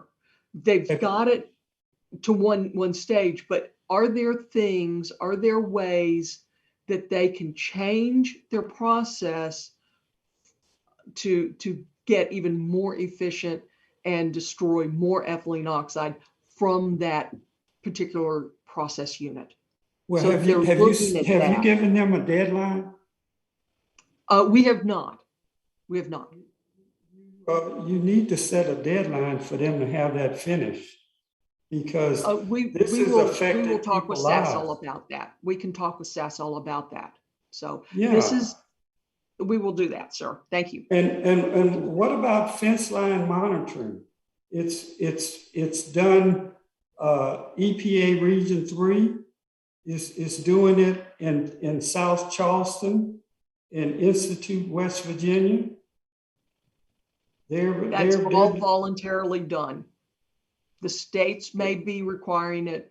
EPA does not have a requirement for fence line monitoring for ethylene oxide. But there are other. Why not? You do it? Why not? Francis? It's not part of our rules, ma'am. So you have to have a rule. Can I ask for a lifeline here? Mike Kerber, may I ask for a lifeline here on this one? You may. Hi, I'm Mike Kerber. Thank you. I'm a deputy director in EPA's air office. Fran is correct that the current rule does not require fence line monitoring, but we are revisiting rules for a number of source categories that emit ethylene oxide. And as part of that review, we will consider whether those requirements need to be changed and whether there is a need for fence line monitoring. So that'll be something we're going to look at pretty seriously over the next several years as we review these rules. Okay, so may I respond to what you just said, sir? Please. They just told us that the other monitors that were placed in fence line communities, it was done voluntarily. That shows the difference between what's happening there and what's happening here. What they're doing shows concern. What they're doing here says, I don't give a damn. That's how we feel. So you mean to tell me you can't set up monitors right there in Mossville and it's next door to Sasol? There's something wrong with that. And you have to go through all this red tape and people are dying. I don't believe we're having conversations like this. I don't understand it. You know, it's reprehensible. We're all human beings here. And we're talking about saving people's lives. And yet you call these meetings and there's just talk. Come on. What are you really Thank you, doing? Fran. Thank you, Mr. Frank. Okay. Thank you, Mr. Frank. Janetta, is there another hand raised we'd like to go to? Yes, we would like to move forward and go to Mrs. Lois Malvo. So Mrs. Malvo, if you could star 6 and unmute your phone, we would appreciate it. Hello, everyone. My name is Lois Malvo. I live in Lake Charles, Louisiana. I was born and raised in Lake Charles, Louisiana. And I just want to give my deepest concern and compassion to the community of Mossville. I started communicating with them in 1981. Deborah Ramirez was the one that was trying all she could to get help for that community. And that's been a long time ago. And these people are still suffering. And I hate to see what's happening to them. They lost part of their community, a very Black historical community. Industry came in and just bullet their way in on this community, like they do in many communities today, all over the world. But you know, God says this. He says that he was going to allow man to destroy himself. Mm. And this, to me, is a destruction from all the pits of hell. And EPA and all the rest of y'all better get it right, boo. Because you're going to have to face God one day. Mm. Can't you understand what's going on here? Mm. We are living in the last days, baby. It's nothing to play with. We can't put money before God and think we're going to make it to heaven, not doing the wrong thing.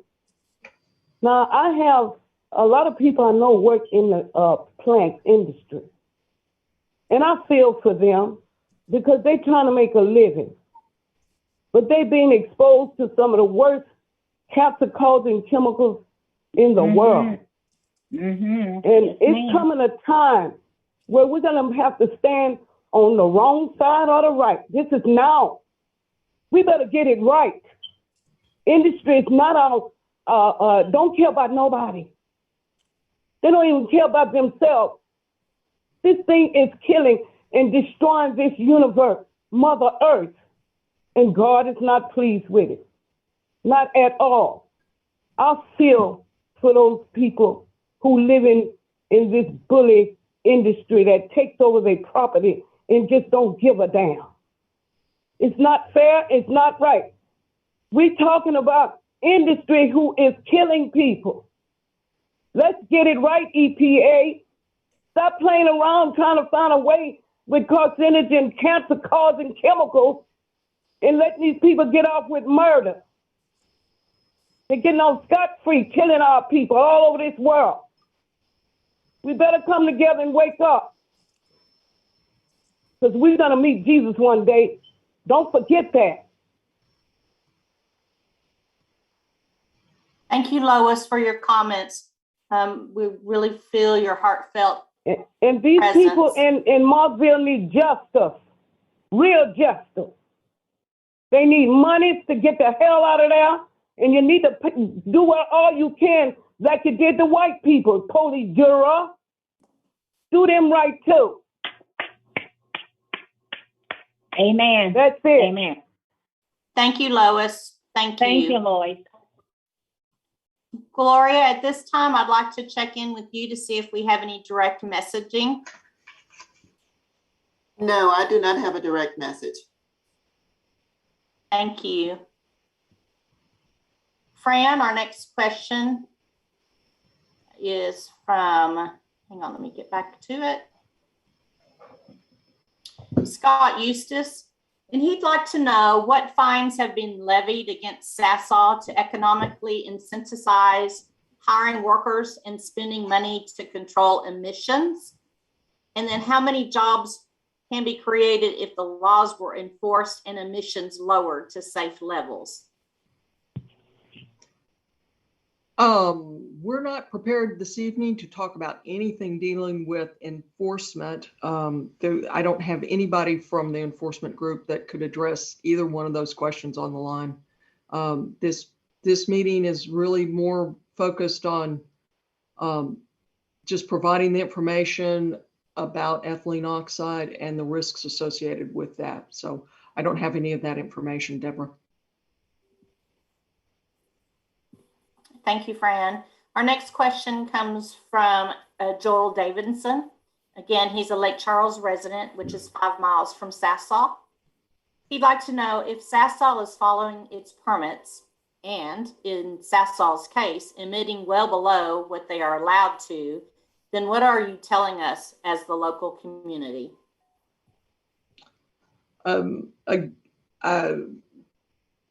Again, I don't have any permit information, but what we are trying to relay is that based on the emissions inventory reported by Sasol to the Louisiana Department of Environmental Quality and our modeling for risk, that we have identified a potential risk for this area from ethylene oxide. It is a carcinogen, and we want to notify the area, the residents in the area, that there is a concern that EPA has that the emissions of ethylene oxide could cause cancer. And that is what we are trying to relay this evening. Deborah?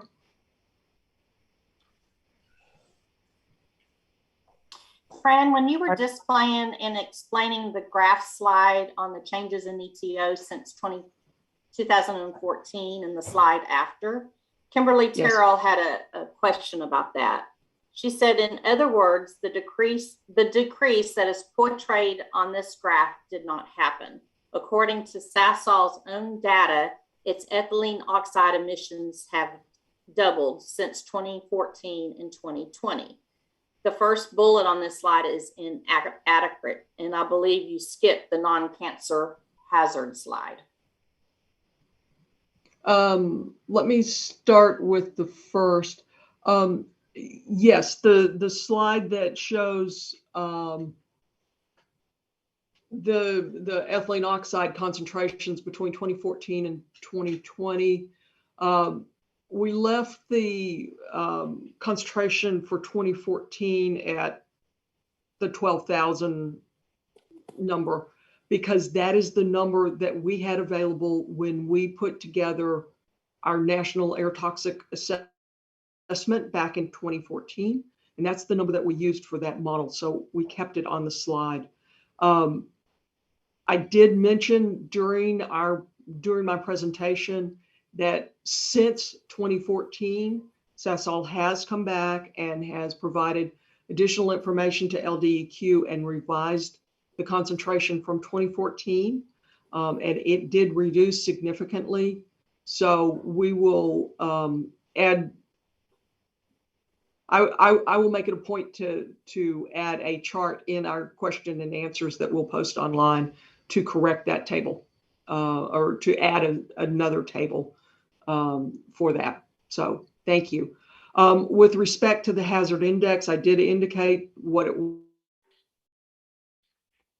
was. There's a hazard quotient of 3, specifically due to chlorine emissions. It's identified as being associated with chlorine emissions, and that that is an excess.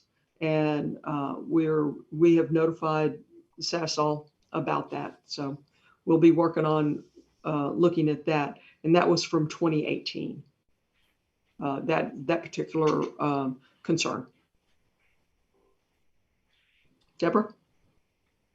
Fran, I just wanted to let everyone know it's 7:53 and our meeting does go to 8 o'clock. However, we are staying longer because we want to make sure that we address all the questions, particularly the ones that have already popped up into the chat box. So I did just want to do a quick time check with everybody. And then after our Q&A session, Sasol will be making a presentation as well. So the next question, Fran, will be coming from Jim Rock. He lives five miles from the Sasol plant. Hey, Deborah? Yes. Hang on just a minute. Listen, I got some information back from Ruben, and we're going to, for Mr. Burley, he had asked about the eight people, where the 8 people are with the 300 and a million risk. And we're going to have to get back with him with some more information. We have generalized information. We don't have anything specific that gives us the exact location from the model. So we have to go back to the modeler, and we'll have to, it'll be in the underlying notes that we do not have here. So we'll have to get information back from Mr. Burley, but we have done a little more research, and we apologize we can't get you an answer tonight, but we'll look into that. Thank you. And thank you, Ruben. Thanks, Fran. Thanks, Ruben, for providing that information for Fran. So the next question comes from Jim Rock. He's 5 miles from the Sasol plant. It's a comment and then a question.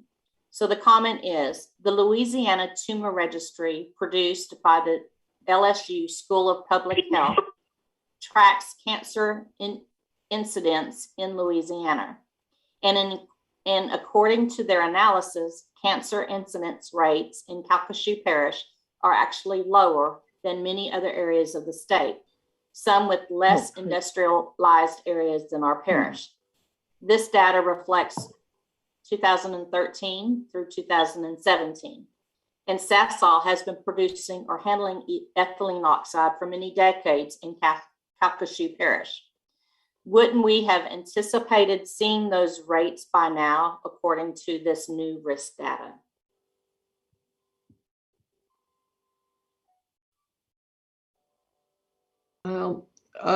Okay. I am not someone who is well-versed in evaluating the Louisiana Tumor Registry, and that's going to be the Louisiana Department of Health. And we will relay the question to them. In general, I don't know if we would actually see those rates and how they would be shown. So I'm going to have to punt on that question, Mr. Rock, and get you an answer in writing from the Louisiana Department of Health. And I apologize that I can't, I don't think we've got anybody from LDH on this evening, so I apologize for that.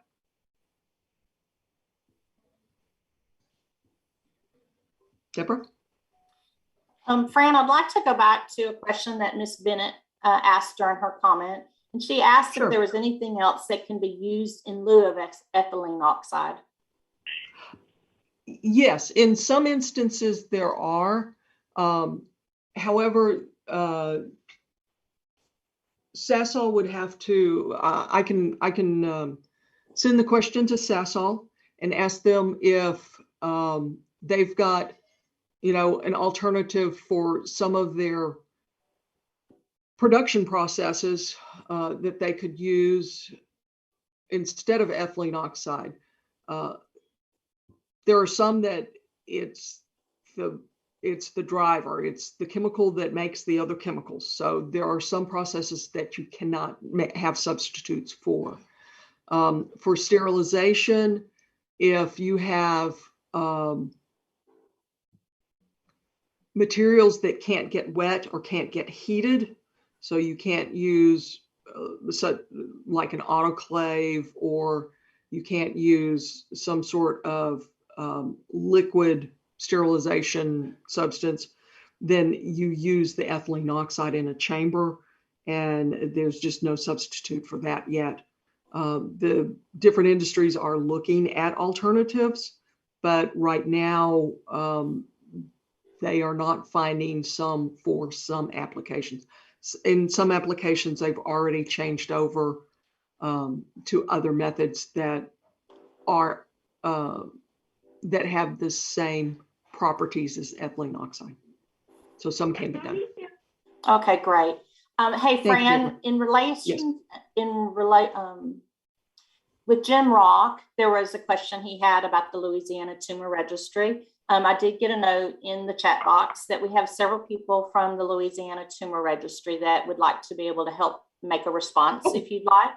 Cool. I would love to have them help. Okay, so either Lori, we've got several. I don't know who would actually want to answer. Excuse me, but I've been having a question. I've been having my hand raised for some time. Is that Peggy? This is Peggy. Okay, Peggy. Okay, Peggy. Let's, if you don't mind, let the Louisiana Tumor Registry make a response first, and then we'll address your question.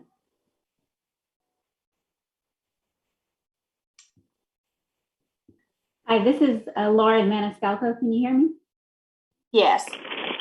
Okay, I'm the liaison for the Louisiana Tumor Registry, and I was just going to respond to the question about the 2013 to 2017 data and whether or not it would reflect the data from the Sasol emissions, or whether or not you might see increased cancer incidence rates in our data from emissions from the plant. Based on the Sasol website, it looks like they began their in 2001, I believe. Can someone verify that?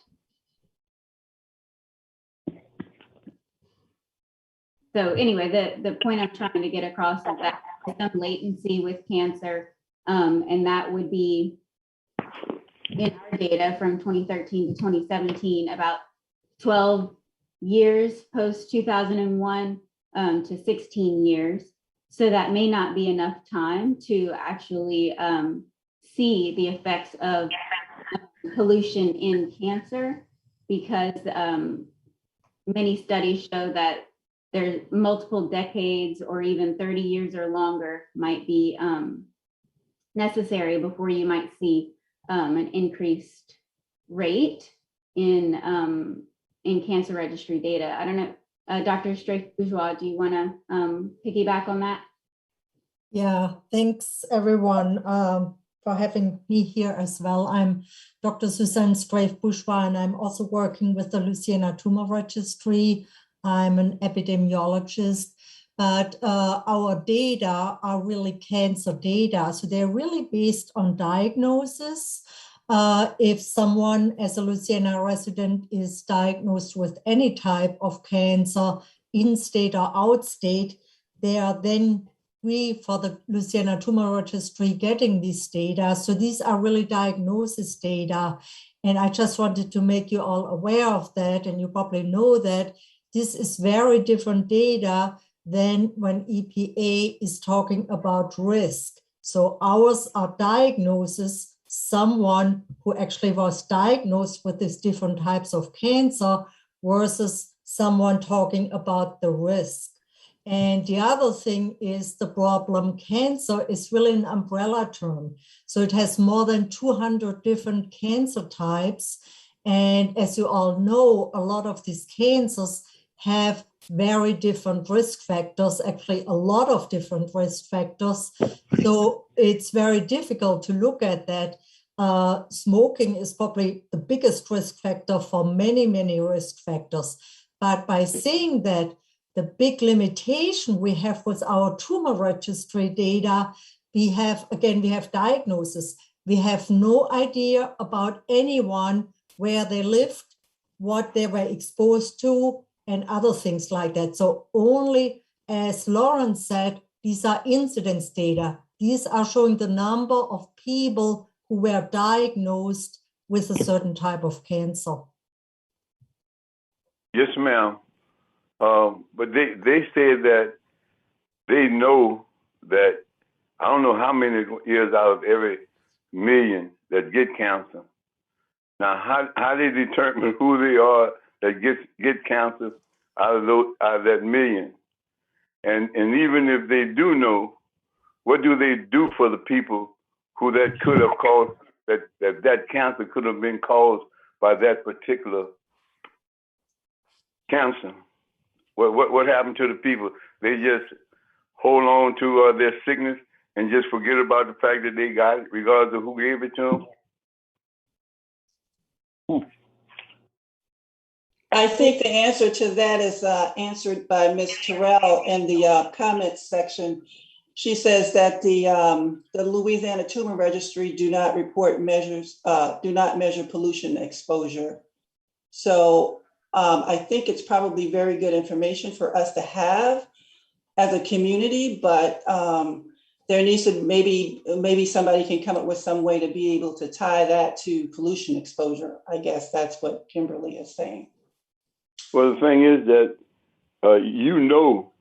because you're the one that said it, that particular. No, this is Peggy speaking. I'm sorry. I'm not the person from the tumor registry. So it's not statistic. It's just a statement that's being made. That's what you're saying? That's correct. It's just a statement that's being made by another participant. And so what we'll do is we will include in our Q&As, we will research this information a little bit more in depth and include it in our Q&As that are going to be posted on the EPA website. So it can actually be much more than what the statistics say from just a random statement that's being made off of paper. That's the same thing. That's the same thing the police. Well, I mean, but you gave the information. You gave the information about how many people are contracted. Right. Let me take a shot at this, sir. Let me take a shot at it. And let me see if I've got your question correctly. Okay. What I hear you asking is that the tumor registry can only handle gets their information from diagnoses, and that is one set of information. EPA has developed a risk number of 300 in a million. That is a potential number. What the registry is looking at is the actual diagnosis of cancer that has occurred that they have received the information on. So one is EPA's number is a calculated number that we feel is based on our models, is sound, but we have to look at standardizing how we do that because we're calculating it. On the other hand, the tumor registry, if I've understood correctly, they get their information from actual diagnoses from physicians or hospitals or the medical community, and that is what they are actually counting. So there's going to be a difference in the number. So what question did you actually have on that? My question is, you know that people get cancer from this chemical. You know, okay? The ones that get cancer from this chemical, who take care of them? Or they have to bear their cancer alone? As with most cancers don't show up rapidly, and there are many causative factors. One factor is going to be ethylene oxide.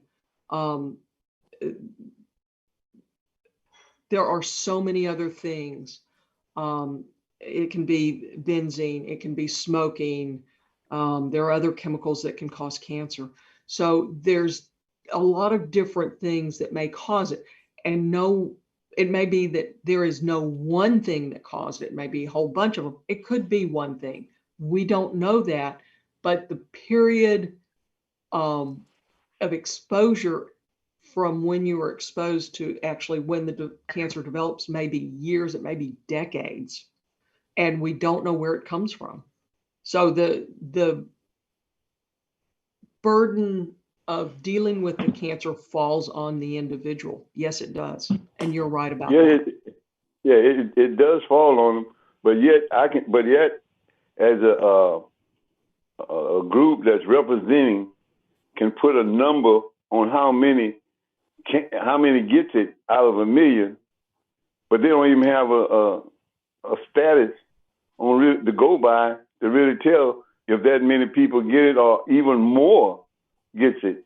I mean, you can tell from an area that didn't have this chemical, which they don't keep an accurate record on it, how many people had cancer until this came in. Now, when this came in, this had to add to whatever cancer that was there. So you can relate it to this particular chemical because it came in and the cancers increased, or the deaths from cancer increased, which they don't keep a record of it. It's just like with the And when we develop our models, we are looking at a very conservative model that says that in order to get the cancer at a rate of 300 per million, you're going to be exposed every day to the same high concentration, every day for 24 hours a day for 70 years. You're going to be standing in the same spot, breathing in the same amount, because we're trying to be very conservative. So it may be less, it may be more, but that's a pretty good number based on the information that we have at this time. Yes, but you're not considering the fact that even if you're not standing in it, you're living in it, because the particles from the chemical lands in the roofs, and not roofs, but in attics of people's homes, you know. And if they living in that area where this chemical is coming from, you know, it don't just leave this area and go to other areas right away. It does what it has to do here first before it goes anywhere else. But I don't even think you take that in consideration. But yet you can accuracy put a number on how many per million, but you don't know how many per million. But yet you can put a number on it.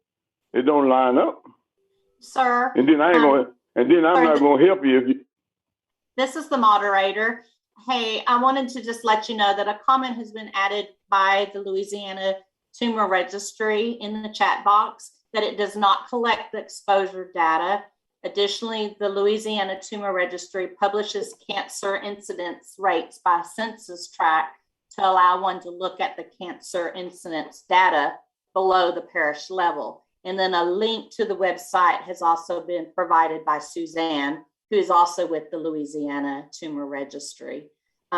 For the essence of time, we have several other questions we want to get to. So I would like to be able to thank you for your questions, sir, as well as thanking Laura and Suzanne from the Louisiana Tumor Registry for providing comments. Before I move on to the additional questions that have come into the chat box, I'd like to go back to Peggy to make sure that her question, she got to ask her question since she had her hand raised, and if her question was asked, if it got responded. So Peggy, if you'd like to unmute your phone by pressing *6. Okay, well, and my questions are part comment. I grew up in Mossville, and I would just like to, I got the impression that maybe some of the people who were speaking from EPA perhaps may or may not have been to Mossville or Westlake. But to give you an idea, the house that I grew up in is probably, I would estimate, 1/8 of a mile from the entrance to Sasol. So you're not talking about, I think there was a gentleman who said that he was 5 miles away from the Sasol facility. And then we talk about the kilometers, the 50 kilometers and so forth. And then we talk about the 8 out of 253,000 or 300,000. The entire Lake Charles area probably, if you expand it out to Lake Charles doesn't even have 253,000 people in it.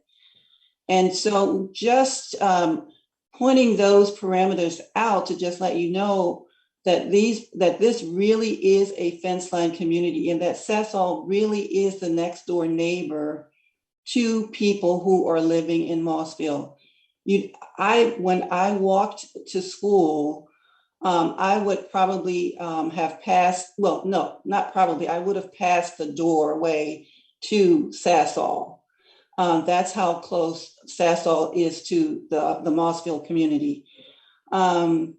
As far as you're doing a rulemaking to deal more adequately with fence line communities and emissions affecting them, well, I would just like to point out that with the Superfund law, which is a completely different law, CERCLA, there's room for emergency actions, emergency removal actions, in which if there's a spill, that is quickly picked up to make sure that that people are not harmed. And I think in this particular situation, it would be good if EPA could consider something of an interim nature, maybe an interim rulemaking that would help the people who are still living in Mossville get out of harm's way. That's what happens when you have an emergency situation. And as far as the ethylene oxide that's occurring in the background, and we're not really sure where it's coming from and so forth, I'm just wondering if that shouldn't be taken in consideration when these plants are doing their estimates or taking doing their testing. Because just because it's in the background and it's not coming from their stacks or their burners doesn't mean it doesn't exist. And so maybe what's occurring in the background should be still taken in consideration because it's adding to that what's occurring in the background, if you follow my point. So that maybe shouldn't be an excuse for saying, well, okay, taking in consideration what's happening in the background, that there's ethylene oxide in the background. So therefore, when you do your testing, you don't have to consider that part because, we don't know where it's coming from. But maybe it should be taken in consideration because it's impacting people. It still impacts people in the community. And so maybe whatever permit limit that you're setting for the industry, you should say, well, this is occurring in the background, so you may not be able to emit as much. And so those are the comments I wanted to make. That 8 out of 253, I'm not sure where that question comes from. I don't know if it was meant to make it seem like it was a small number. But we don't have 253,000 in the entire Lake Charles area. So, and Mossville certainly doesn't even come close to 253,000. Thank you, Peggy, for your comments. So we appreciate them. Sure. Is there any possibility that you can consider an interim rule that would take care of the emergency situations that's taking place at Mossville, as well as giving consideration to having industry recognize what's already in the background. Fran, would you like to provide a comment on that? Sure. The emergency rules, we can look into that. And I do believe that for certain situations that we have looked into that in the past. At this time, I do not believe the ethylene oxide emissions would fall under an emergency rule of this case, of this nature, because those rules are typically reserved for acute situations, and the ethylene oxide emissions would be part of a chronic situation. We would have to look into that a little bit differently to see if there's actually something there.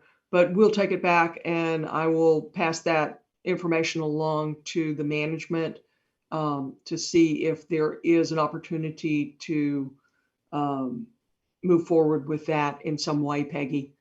But we'll take that back. There was a second part to the question, Deborah. I don't remember what it was. Or Peggy, you had a second question. About taking into consideration the background when they're doing their testing. Oh, okay. Taking into consideration the background when doing testing. Yes, and you are correct that the background, regardless of where the source is, still may contribute and does contribute to ethylene oxide concentrations that may be considered less protective of human health, and those should be taken into consideration.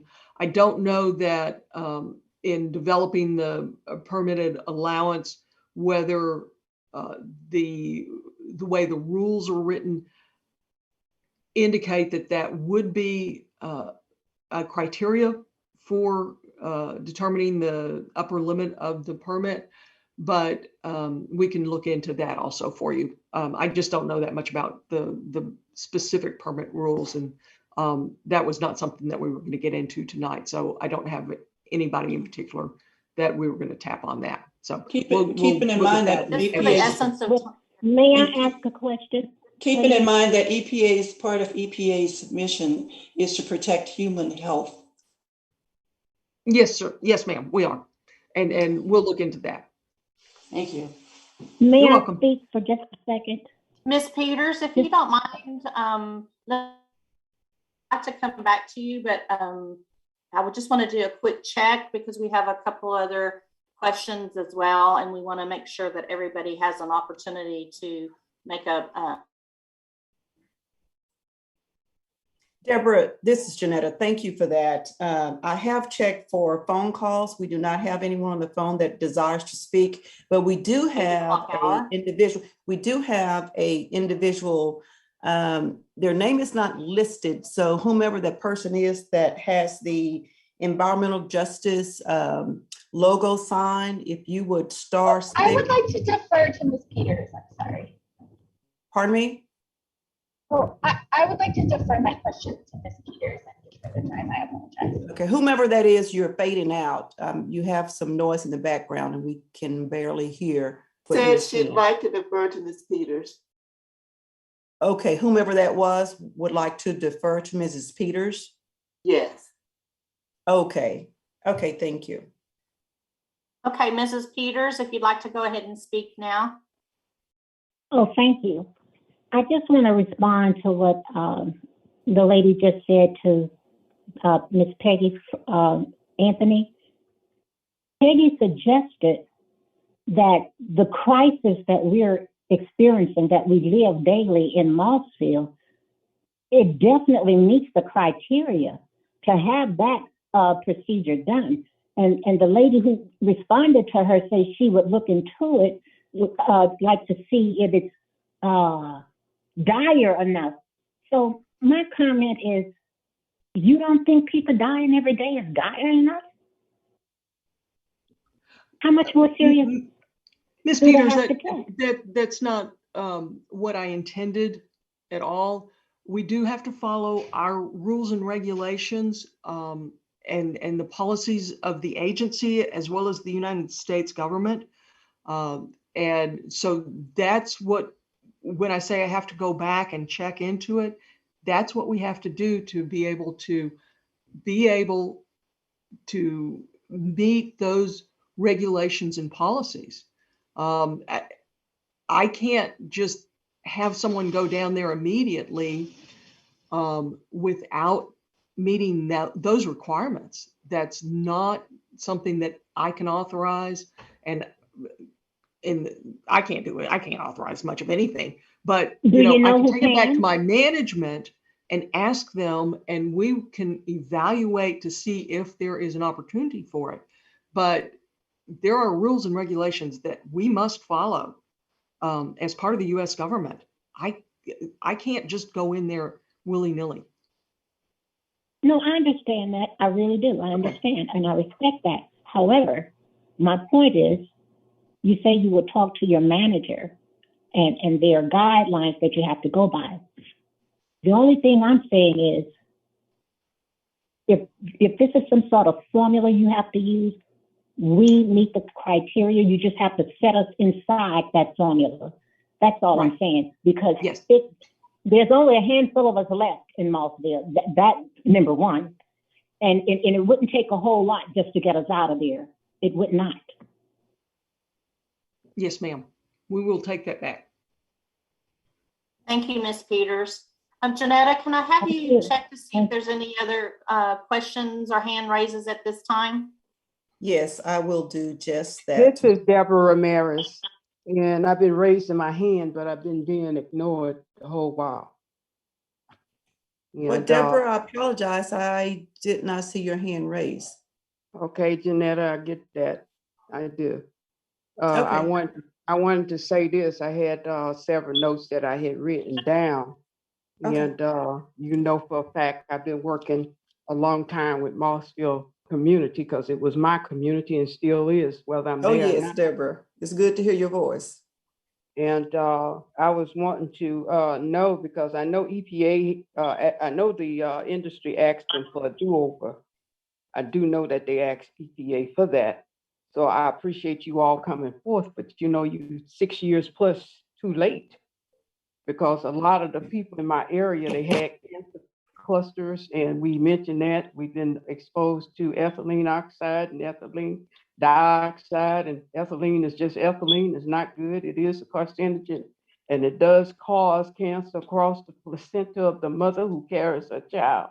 And it is transmitted from generation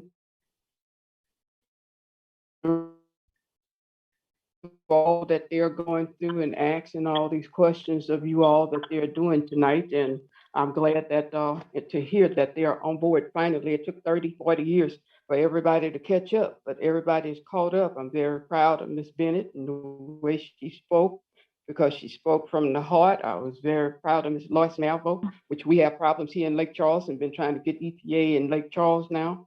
This is my 4th time moving, by the way. And then if I have to move again, it'll be my 5th. But it was a lot of thoughts come to my mind as all and everybody was talking and asking about ethylene oxide. And I wanted to know why they just stayed to ethylene oxide and not talk about all the combinations of ethylene that has been released on us over years of time. And also the fact that too, over time, the little bit or the huge amount that we receive affected our health. I want to discuss that about health and how come the industry there or industries, because it was more than one. And I had asked the question, how many actually process ethylene, and the names of them all. The other thing is that ethylene left the soil when it was wasted underneath the homes. So showed pictures and videos. It wasn't considered.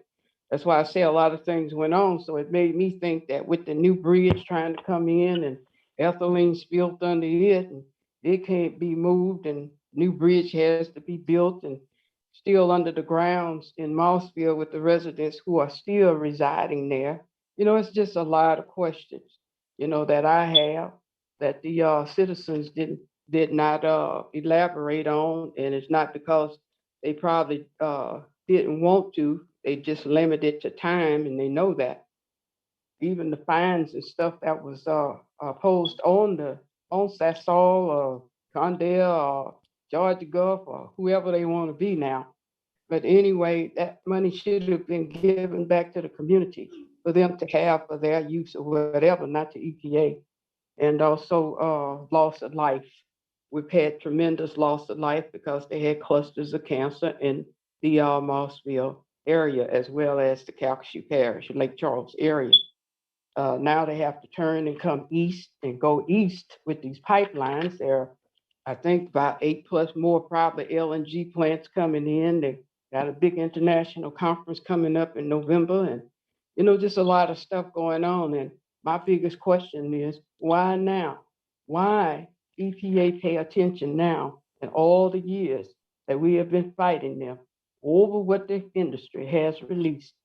They never thought about the coming to the light back then, because it was going to introduce them back to our health and the issues that we have with health. That would be my opinion and guess. But the whole ordeal about the alcohol mixing with the vinyl and stuff, we smelled sweet smells all the time of alcohol. When we would call LDEQ out, and they were local at that time, they said it didn't smell anything. We started doing reports, we fought. How much longer do Mossville have to fight? They should be given their land back on whatever choices of land that they decide that they want to be on. They shouldn't have no less than 10 acres between each resident, and they should be compensated for their health. And not just the ones that's left in there, all who have lived under that plan. All these 50-some years of secrets that you all allowed, and LDEQ allowed people to keep. And the secret is that they knew that ethylene had gotten into the water table. And at that time, it was the well water, and our wells wasn't no more than 25 feet deep. They tested all the way to the 700 and some foot sand. They never really gave the report to the community. They never even really posted to let them know it was under their homes. And on top of that, the plants didn't know how far the plume had even gone, how wide it was. They didn't know how deep it was. So that's what I want to say, and that's what I got to put on record. Just because you don't hear from me don't mean that I'm not concerned about my community. As long as I have breath, I will be concerned about my community. And it does not matter whether people want me to be involved or not involved. The fact still remains that the plant knows, with the chemical manufacturers and everybody else association, they know what happened in Mossville. They know what happened in Calcasieu Parish. But I can tell you this, Lake Charles is not going to play with Sasol or Phillips 66 or anybody else, who may be emitting and omitting chemicals in this water and in this air. Because we got to live here. It's supposed to be an industrial corridor, 300 to 400 miles. That's a lot of industry that you're asking us to be exposed to, and then telling us it's okay if we get a little bit because it's going to be all right. Hell, we already messed up. All we are is walking around waiting for the date, everything come up. And I do want to mention too that nobody ever thinks about mentioning, even though one of your terms mean that, the nervous system messes up real bad with the chemical exposure that people have been exposed to here in Lake Charles, Louisiana. That's all I have to say. Thank you, Ms. Sullivan. We appreciate your comments. I'd like to take the time just to make note that it's 8:30. We still have several questions in the chat box that we will get to. I do want to check with Gloria to see if she has any direct messages first before I continue with our chat boxes. Gloria? No, I don't have any. Okay. Our next question, Fran, comes from Lori Howes, and she has 3 comments with 2 questions, and I'll address one at a time for a response. Ms. Hawes, since your comments are in depth, could you unmute your line and identify yourself in case Fran needs to clarify any of your questions? Yes, This is Wilma Supra. I have a question, please. Wilma, hi. Can I address Ms. Hawes's questions first, or do you feel like it's necessary to address your question first? I'll go second, please. Okay, I will call on you, Wilma, after Ms. Hawes. I address her questions. Ms. Hawes, are you there?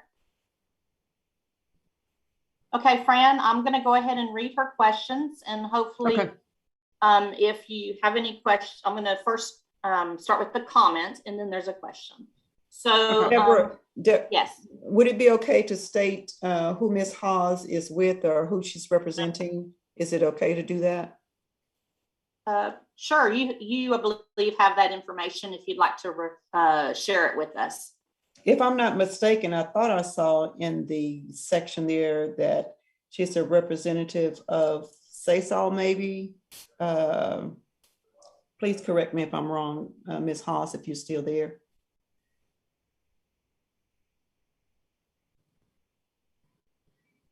Okay, Deborah, maybe she's not still there. Deborah, this is Gloria. And yes. I think that she is a representative of Sasol. Okay. Okay. All right, wanted thank you. to clarify that. I'm sorry. So with that being the case, could we hear Wilma's comment first and then go back to Ms. Hawes, because we do want to hear from you. Sure. What I'd like to do is, first of all, I'm having some audio issues on my end, so I'm getting it very broken. So if I'm interrupting anyone, I apologize. But what I'd like to do is, since Ms. Hawes is with Sasol representative, I would like to go to Wilma Supra next, and then I have a couple of others that I believe are residents, and then we'll come back to Ms. Hawes at the end. So Wilma, if you'd like to go ahead and unmute your line and present your comment or question. Thank you. Can you hear me? I can. So as you start this conversation, potentially about emergency situation in Mossville, there are two other facilities in Louisiana that exceed the 100 million risk. And I would like to have those communities that live near those facilities be added to the conversation about potential emergencies. And then there's a number of facilities in Texas that are over 100 million. And I'd like to consider having those as well as part of the conversation about emergency action. Thank you.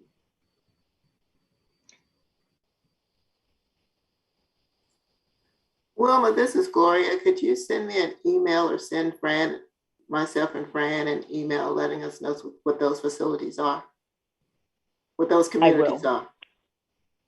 I will. Oh, I'm good, Wilma. I know what they are. Thank you.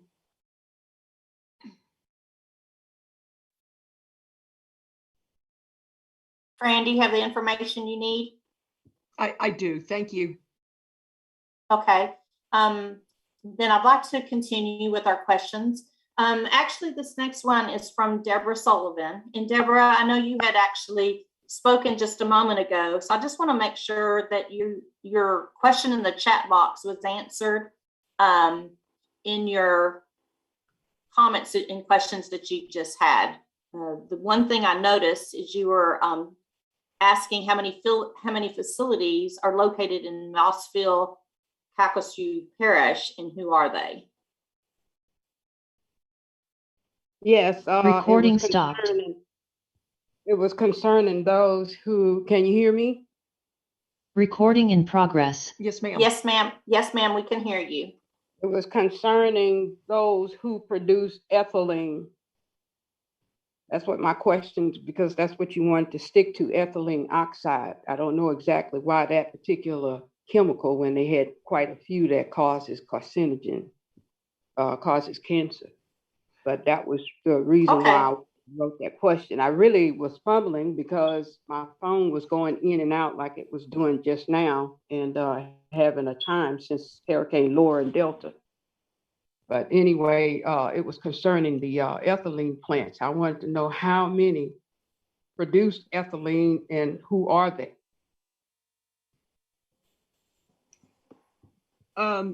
This Can you hear evening, me? yes, this evening we're going to, I know that we're you're concentrating on the, ethylene oxide, right? But I wanted to know how many facilities produced that and who are they? ethylene, right. I don't have the number for ethylene at all tonight.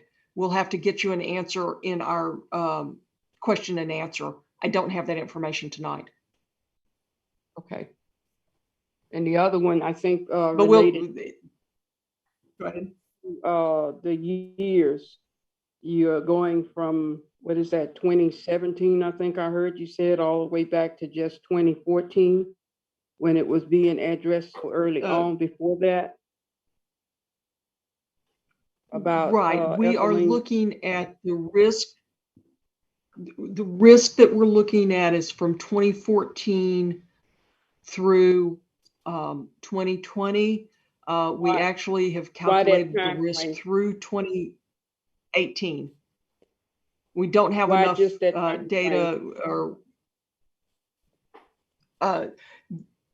the reason we're looking at 2014 through 2018 is based on our risk estimates. In 2016, EPA conducted an evaluation of ethylene oxide and determined at that time in 2016 that ethylene oxide was carcinogenic. Prior to completing the evaluation in 2016, it was not, we did not have enough information to make a determination. So in looking at that, we went back to 2014 for the risk evaluation. We don't go back further than, in this case, what we were looking at the time. So that we would have been evaluating the 2014 data. We wouldn't go back further than that. You had data farther than that back. I got copies of that. Wilma was helping we us may at have, that time. but, Wilma was asking us at that. right, but well, we would not backtrack with the amount of information that we're looking at, because we do this nationally. And so we have, thousands of facilities but we're looking you all at. have not been fair. Excuse me for interrupting you, but you all have not been fair with my community since they started this plight. And ethylene oxide was one of the chemicals, along with benzene, toluene, and a whole lot of them. So I know that there has been evaluation from EPA on those chemicals. Now, you may not have wanted to talk about it for whatever reason, but it is what it is, and that does not erase Janetta Coates and Ms. August and a whole lot of Warren Arthur and a whole lot of other folk were back there during that time. I know some are deceased and gone, and some have retired, and some others have other positions. And I do remember Janetta, Ms. Coates, but I can sure tell you this. I don't think it's fair what Yes, you ma'am. all are doing, that you're not giving the whole full picture of everything. Prior to 2016, EPA had not determined that ethylene oxide was carcinogenic. We completed our study of the available information in 2016 and made the determination at that time. So before 2016, we did not understand all of the carcinogenic properties. We didn't have the information before then. We completed our evaluations then. So as of 2014, because we determined in 2014 and we were looking at the data, because we determined in 2016 it was more carcinogenic, we then were looking at the 2014 emission information. And that's why we went to 2014. We did not go further back than that, because that was the data at the time. We determined that it was carcinogenic. And yes, you're right. It was still there prior to 2014, but prior to 2016, EPA did not have a determination that it was carcinogenic. we finished our Sasol studies didn't to have the make that plant that determination. they have now. They didn't have the facility as huge as they got it now, but Sasol still existed. Like I say, Yes. you know, you all can keep running and hiding, ducking and dodging, but the whole matter of the fact is that Mossville community was right next door to industry. There was never a fence line there. They planted some trees and put a mound, and that died. That didn't work out. They had a lot of flooding in that area. You all had the wellhead protection in that area, signs all along Old Spanish Trail. I mean, a lot of things went on, like I said, and that you all did not want to admit to, and the plants didn't want to admit to. And I'm going along with Ms. Bennett. Someone had to let them in the United States, so it was the United States government who done that. And this is why the people can't trust the government, because they're allowing folk to come in here and harm the same people they said that they vowed to protect. There's no justice, and there is environmental racism, and especially in the Black communities. Now that it's going in different other directions and pipelines are being ran, the other folk is beginning to complain. So let's try to get this fixed. Let's get it out. So if we get it out on the table, then it won't be so hard for us when they do come and have to give the real statistics of everything that has happened in this area of Calcasieu Parish. The air flows, it goes, and so do water. You can't stop that. There are all kinds of Superfund sites here in Lake Charles, Louisiana, and a lot of them was so say remediated, and they wasn't. It was just cover up and put up, you know, for the people to shut up, those who were talking. But that's not going to happen anymore because we got smartphones. We know now what time of day it is, and we read. We read with understanding, and that we don't understand, we try to get with the smartphone to make us understand. So a lot of things that's happening now, you know, they want to come clean, Sasol and all the rest of them, but it does not make any difference because our people is dead and gone, the mass majority of them out of Mossville. They didn't get to enjoy life. And I'm sure when by the time Calcasieu Parish folk realize what's going on and what has happened, to not just Mossville, but them too, that they drunk from the same water tape and had to live on the same filthy land. So it's coming. Whether you want it to be out or not, it's out. It's coming. Documents are documents. It's there. Whether you all want to acknowledge that or not, and we know.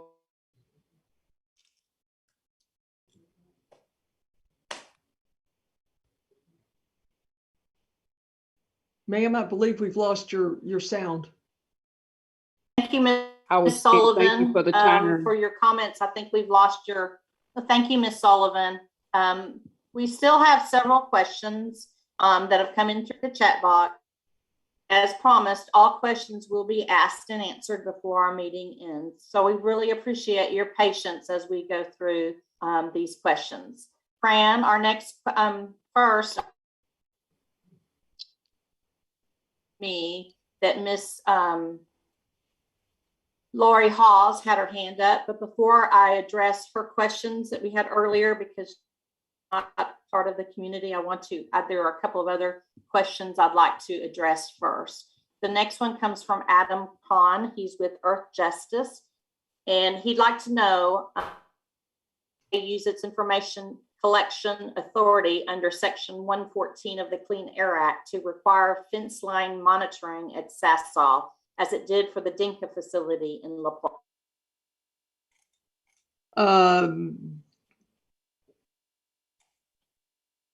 That would relate to an enforcement action, and I'm not prepared to talk about anything related to enforcement actions this evening. Okay. Deborah? Our next, I'm not sure if it's a question or a comment, so I'm going to read it. It comes from Kimberly Terrell. A couple of people, including herself, had asked what proof, if any, Sasol provided to EPA to support its ethylene oxide recalculation. Could you please be sure to address this issue, which we are before the meeting is over? Please make sure all community members have spoken, which we are trying to address. Thank you, Kimberly, for your comment. Fran, do you have any additional comments you'd like to provide to Kimberly about the proof? With respect to the proof, let me see. The emission inventory information is provided by Sasol to the Louisiana Department of Environmental Quality, and then that is provided to EPA. We did receive information from LDEQ. They have looked at the information. We've also spoken with Sasol. So I don't have, evidence is, that's such a weird word for me because that's not how I work. That becomes a enforcement term. So we do have information from them. LDEQ has been in communication with Sasol. I can double check, and I will double check with LDEQ on what information that Sasol provided to them for the changes. So that's the best I can do for you tonight, Ms. Terrell. Deborah? Sure, Fran. Ms. Terrell asked if we could just post whatever documentation we have to support the recalculation. Fran, do you think maybe this might be able to be part of the Q&A response? I'll have to see what we've got. Okay, thank you. Our next question comes from Lois Malvo. She'd like to know why would you not examine every chemical by industry that was used to make sure it was safe? During our risk evaluation, when we do our risk assessments, we do look at all the air toxic emissions from a facility. What we end up reporting out and why ethylene oxide is reported out in this manner is that it is the chemical that had the highest risk factor by several orders of magnitude for the community. So in our risk assessments and evaluations, we do look at all the air toxic chemicals emitted from a facility. So we do take it into account. Thanks, Fran. Gloria, I'd like to check with you to see if you have any direct messages. No, I do not have any. Janetta, can you check to see if you have any direct messages or if there's any additional hands raised? No direct messages, nor do we have any calls from any messages from phone calls. And we do still have one hand raised from Ms. Lori Haas with Sasol. Okay, great. Actually, this is, we have, I believe, answered all the questions from the communities that I've seen in the chat box, and we have checked with Deborah, Gloria. Yes, Deborah, I yes, think Gloria. there is a question that hasn't been asked, and if so, forgive me because I may have missed it, but there was something about hiring a number of jobs. Yes, that was. Gloria, we don't have that type of information, Gloria. We'll have to coordinate with Sasol and put that in the question and answers. Okay, thank you. Sure. Thank you for bringing that over to our attention, Gloria. So next at this time, I'd like to ask Lori Haas's questions. They are in depth, and so we've asked Lori to actually unmute her line and identify herself in case Fran needs to have clarification on the questions. Lori? Yeah, can you hear me? I can, thank you. Great. Yeah, so I am actually not a Sasol employee. I am a toxicologist with the scientific consulting firm Toxstrategies. I have both a master's and a PhD in toxicology, and I'm also a diplomat of the American Board of Toxicology. And I was retained by Sasol to perform an independent third-party assessment of the state of the science concerning the toxicology and potential health risks associated with ethylene oxide. So my comments reflect the assessment that I conducted. Thank you. Thank you. So Fran, what I'll do is I will read her comment first, and then there will be followed up with the question, okay? All righty. and it's going to be broken down into 3 parts. So the first part is the exposure scenario EPA Region 6 used in its risk assessment is an absolute worst case, like implausible exposure scenario. To realize the estimated maximum individual risk, MIR, would require an individual to stand at one point of the maximum modeled air concentration, which EPA suggests likely occurs within 1 to 2 km of the facility, 24 hours per day, 7 days per week, for the first 70 years of their life without ever leaving. This is an extremely unlikely and unreasonable exposure scenario that in turn results in a theoretically maximum individual cancer risk estimate that is unrealistic, and it represents the compounding of worst case assumptions.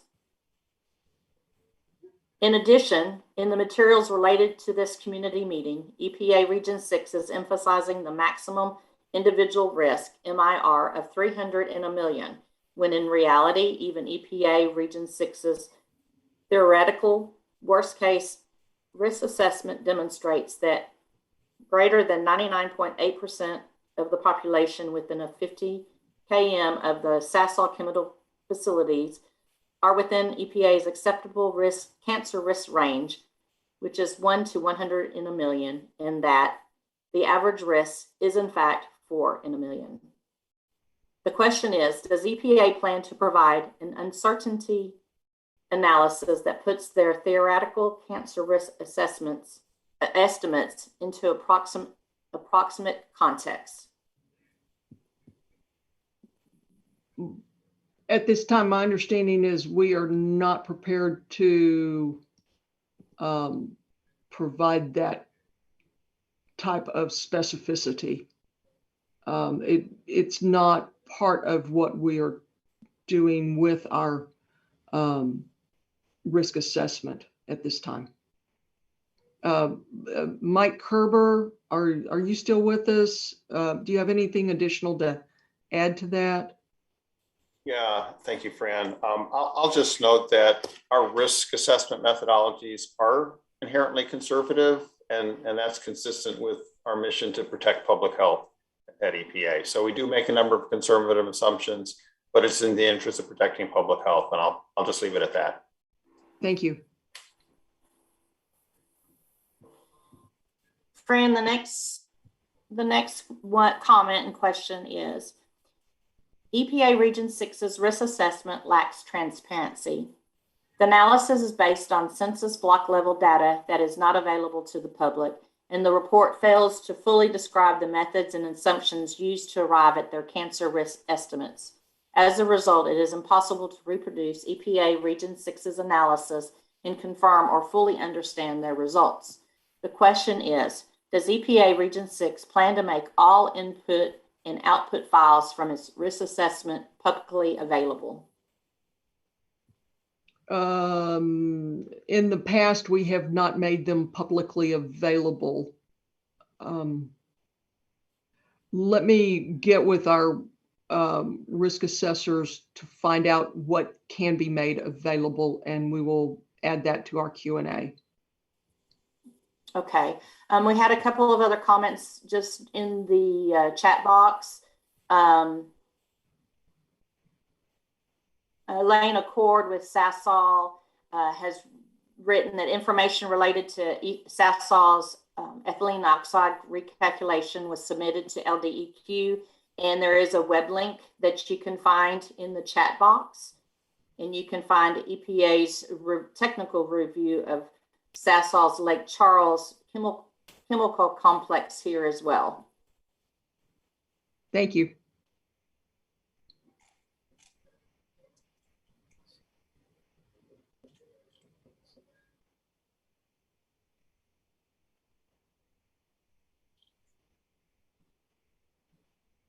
It's not independent if it's not funded by industry.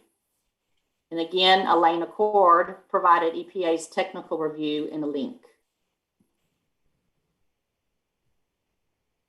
May and I had made another comment. It doesn't take into consideration the cumulative impacts of the other multiple compounding exposures nor interactions with other chemicals.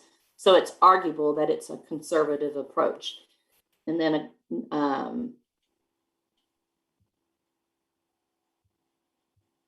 Louis Malvo commented, we have chemical spills in North Lake Charles, Fisherville community. And she needs to talk to someone later to get in touch about this, and left her email. So Ms. Malvo, we will have someone reach out to you about that. More than likely, it may be referred to Gloria to follow up with you. Kim Terrell mentioned that those conservative assumptions balance out the unknown risks that cannot be accounted for in EPA's model. Fran, at this time, I do not see any other questions that have come through the chat box, and we do not have any other questions in the direct messaging nor hands that are raised. I'd like to check with David Garcia to see if he had any other comments before going to our presentation with Sasol.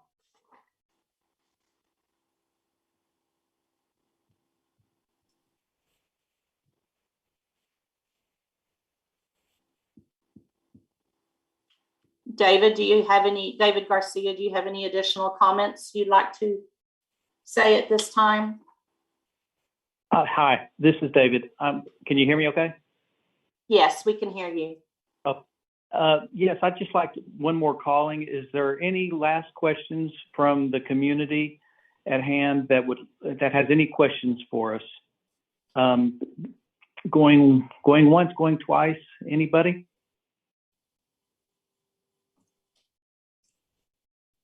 Then not hearing anything else, why don't we go ahead and see if Sasol would like to make a presentation. Thank you, David. And thank you, Fran, for your responses to all these great community questions. And thank you to the community for taking time to ask these questions. EPA would like to thank you again for attending the meeting on the ethylene oxide Sasol chemicals here in Westlake, Louisiana. And we do remind you to submit additional questions to the EPA Region 6 email box, which is r6ethyleneoxide@epa.gov. EPA will provide a response to your email, so be sure to include your contact information with your question or comment. So at this time, we'd like to introduce Sasol to make their brief presentation. We have Elaine Accord with the Unit Manager, Ethylene Oxide, Ethylene Glycol Facility at Sasol Chemicals. We look forward to hearing more from Sasol on their activities since 2014 to reduce and control ethylene oxide emissions from their facility, their ongoing efforts, and any future plans that they can share with us. Elaine, if you'd like to go ahead and upload your presentation. Yes, thank you, Deborah. I'll pull up my presentation.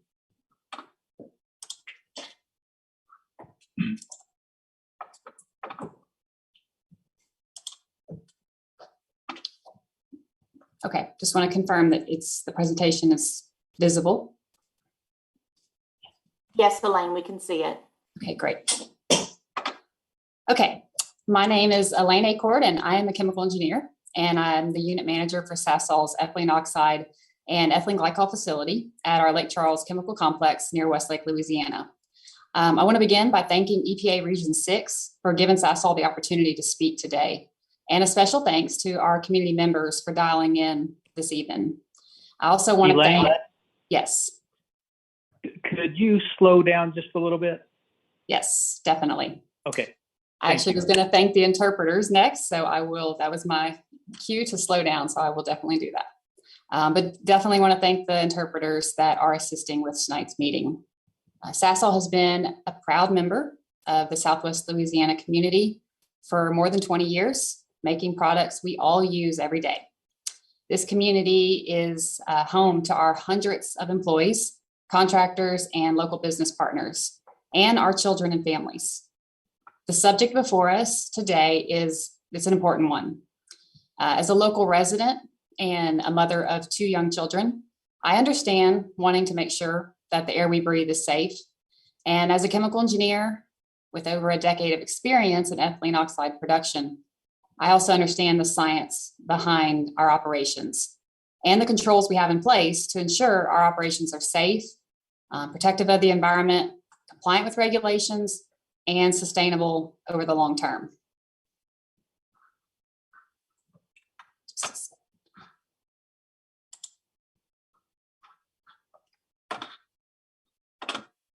My objective is to provide an overview of Sasol's Lake Charles Chemical Complex and to profile our ethylene oxide operations and our safety and environmental performance, a subject I'm very familiar with. Sasol has demonstrated proactive, continuous improvement of our environmental and safety performance over the past 2 decades. We've made a lot of progress and continue to challenge ourselves to be better. I'll give specifics as to how. Sasol Lake Charles Chemical Complex is located near Westlake, Louisiana, and is one of the largest and highest paying employers in the area, supporting more than 2,000 employees and contractors annually, the majority of whom live here in Calcasieu Parish. Those who live near us know our complex has been quite busy over the last several years, building one of the largest new industrial construction projects in the state. This includes 7 brand new facilities with the latest technology and emission controls, including our ethylene oxide facility. In the process, we spent more than $4.3 billion with hundreds of Louisiana businesses to build and commission our new facilities, spent $40 million on new City of Westlake and Calcasieu Parish roads and utility infrastructure, and contributed over $7 million to local schools and community organizations. Sasol also paid hundreds of millions of dollars in taxes that fund education, emergency response services, and law enforcement in Calcasieu Parish. For our neighbors and our community leaders, thank you once again for the support you've provided to Sasol and for your patience through this significant growth. The products we make, in part, are used in everyday cleaning and personal care products, such as disinfectants, soaps, detergents, shampoos, and cosmetics, many of which, including ethylene oxide, have been instrumental in fighting the recent pandemic and local hurricane recovery. My team and I take a great deal of pride in this. Now, I'd like to provide an overview of our 2 units where we either produce or handle ethylene oxide. Sasol and its predecessor have produced or handled ethylene oxide in Lake Charles for more than 60 years and has robust safety and management protocols with a history of high standards. In my unit, the ethylene oxide and ethylene glycol unit, our highly trained team combines ethylene, which is also produced here on site, with oxygen to produce crude ethylene oxide. Some of the crude EO is purified and then used to produce ethoxylates, which are used in detergents, personal care products, and paints. And some of it is used to produce ethylene glycol, an ingredient found in clothing, carpets, upholstery, and engine coolant. EO is a critical ingredient in healthcare and cleaning products as indicated by the EPA, the FDA, and countless other medical groups. However, like all chemicals, it poses a risk if it isn't handled properly. Sasol and the agencies that regulate us have robust safety and management protocols to ensure safe production and handling of EO, protocols that have guided safe operation of EO facilities globally for many decades. Sasol complies with all state and federal regulations at a minimum, and in many cases, we operate well below our permitted emission allowances. This is due to our investment in the latest control technology and striving to minimize emissions every day. For more context and to demonstrate the results of Sasol's commitment to continuous improvement, the total Louisiana Department of Environmental Quality permitted emission allowance for both of our units that emit ethylene oxide in Lake Charles is 16.856 tons per year.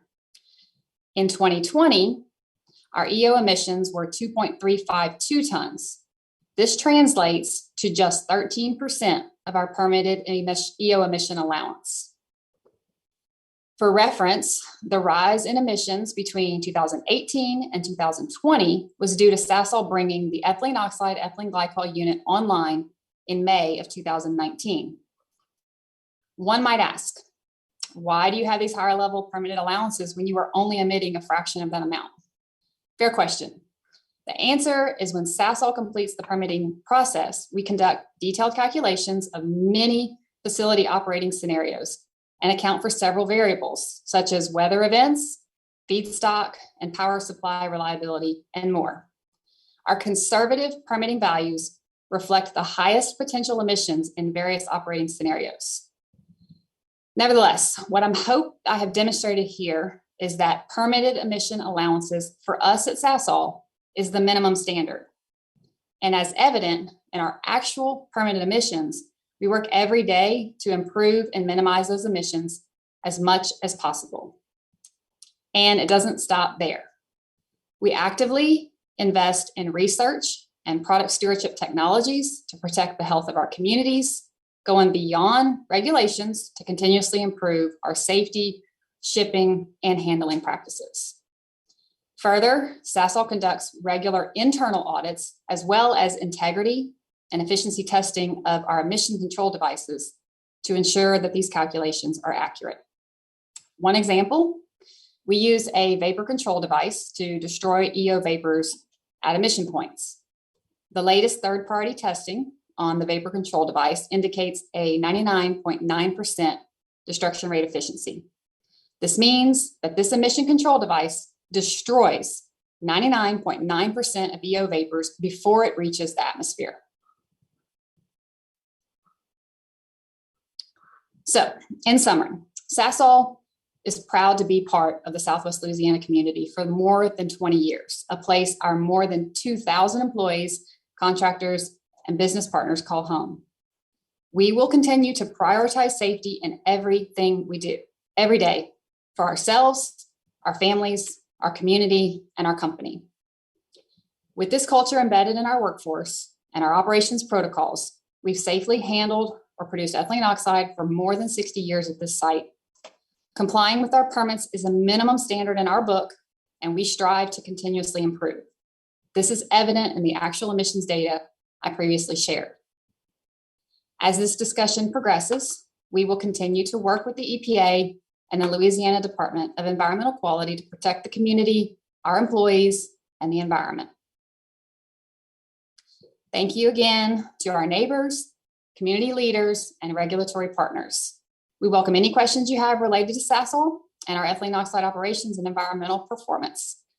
Please submit them to the Ask Sasol email address here. Thank you.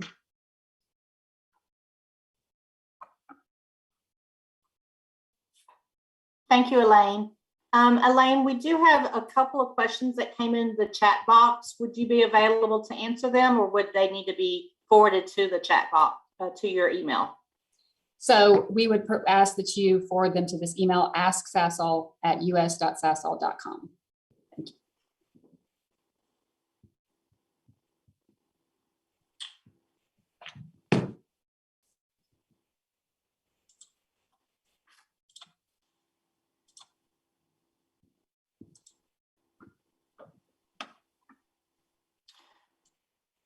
Fran, I believe we're at the closing portion of our community meeting with Westlake tonight and Sasol.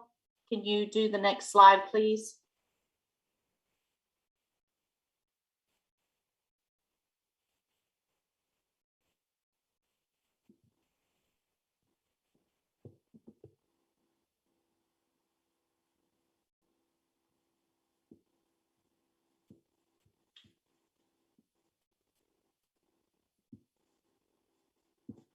Fran, are you there?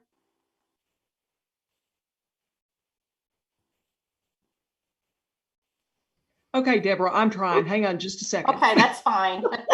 I'm just having trouble. Hello? Okay. I can ask a question before you go? Hello? Yes, ma'am. This is Delma again.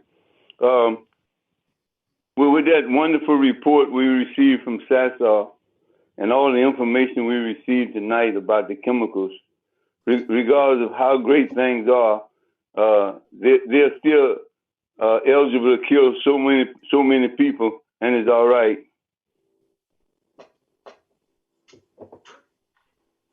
They don't put that in their report, other than the 300 per million. That's not even accurate.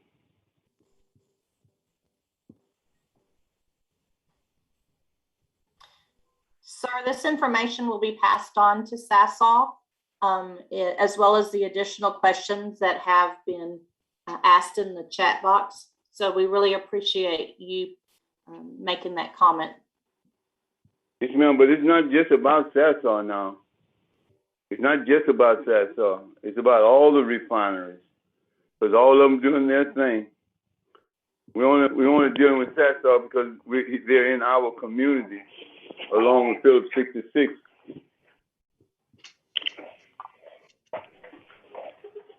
Thank you. Thank you, sir. We appreciate your comment. Deborah, Yes, there's Gloria. a correction in the chat box for Sasol's email. And that corrected email address is ask@us.sasol.com. Again, that's ask@us.sasol.com. Thank you, Gloria, for bringing that to our attention. We appreciate it. And thank you, Sarah, for sending the correct email address. Deborah, can you see my screen? No, ma'am, we still cannot see your screen. Okay. That's Try it okay. I can post information in the chat box for everyone. So basically, we are to the ending portion of our community meeting. And again, EPA would like to thank you for attending the meeting. And we remind you to send the additional questions you have on ethylene oxide to R6 ethylene oxide at EPA.gov. And I will post that again to the chat box for you to have it.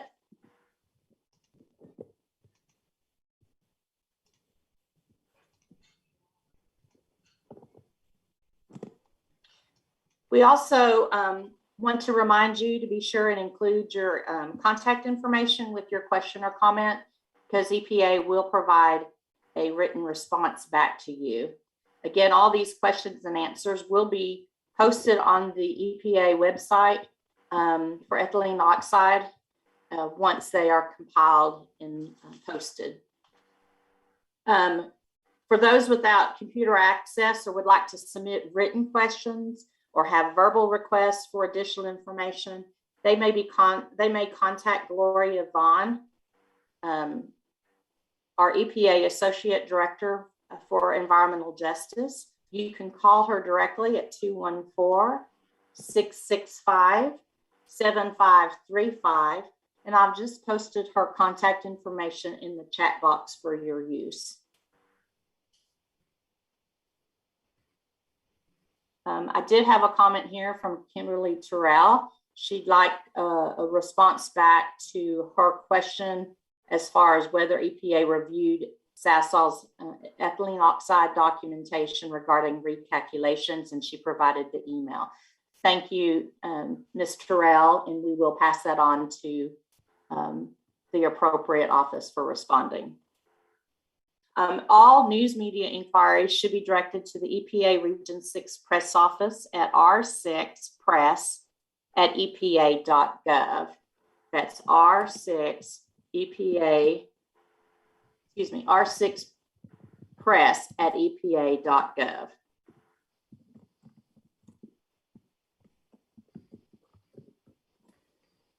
Again, this concludes our meeting, and this event has been recorded. EPA will post the recording along with the Q&As to the EPA Region 6 websites for ethylene oxide. Written transcriptions will also be available and posted to the website. EPA really appreciates your participation in providing comments today. We also would like to thank our interpreters for their services this evening. Again, we thank you for participating, and good evening.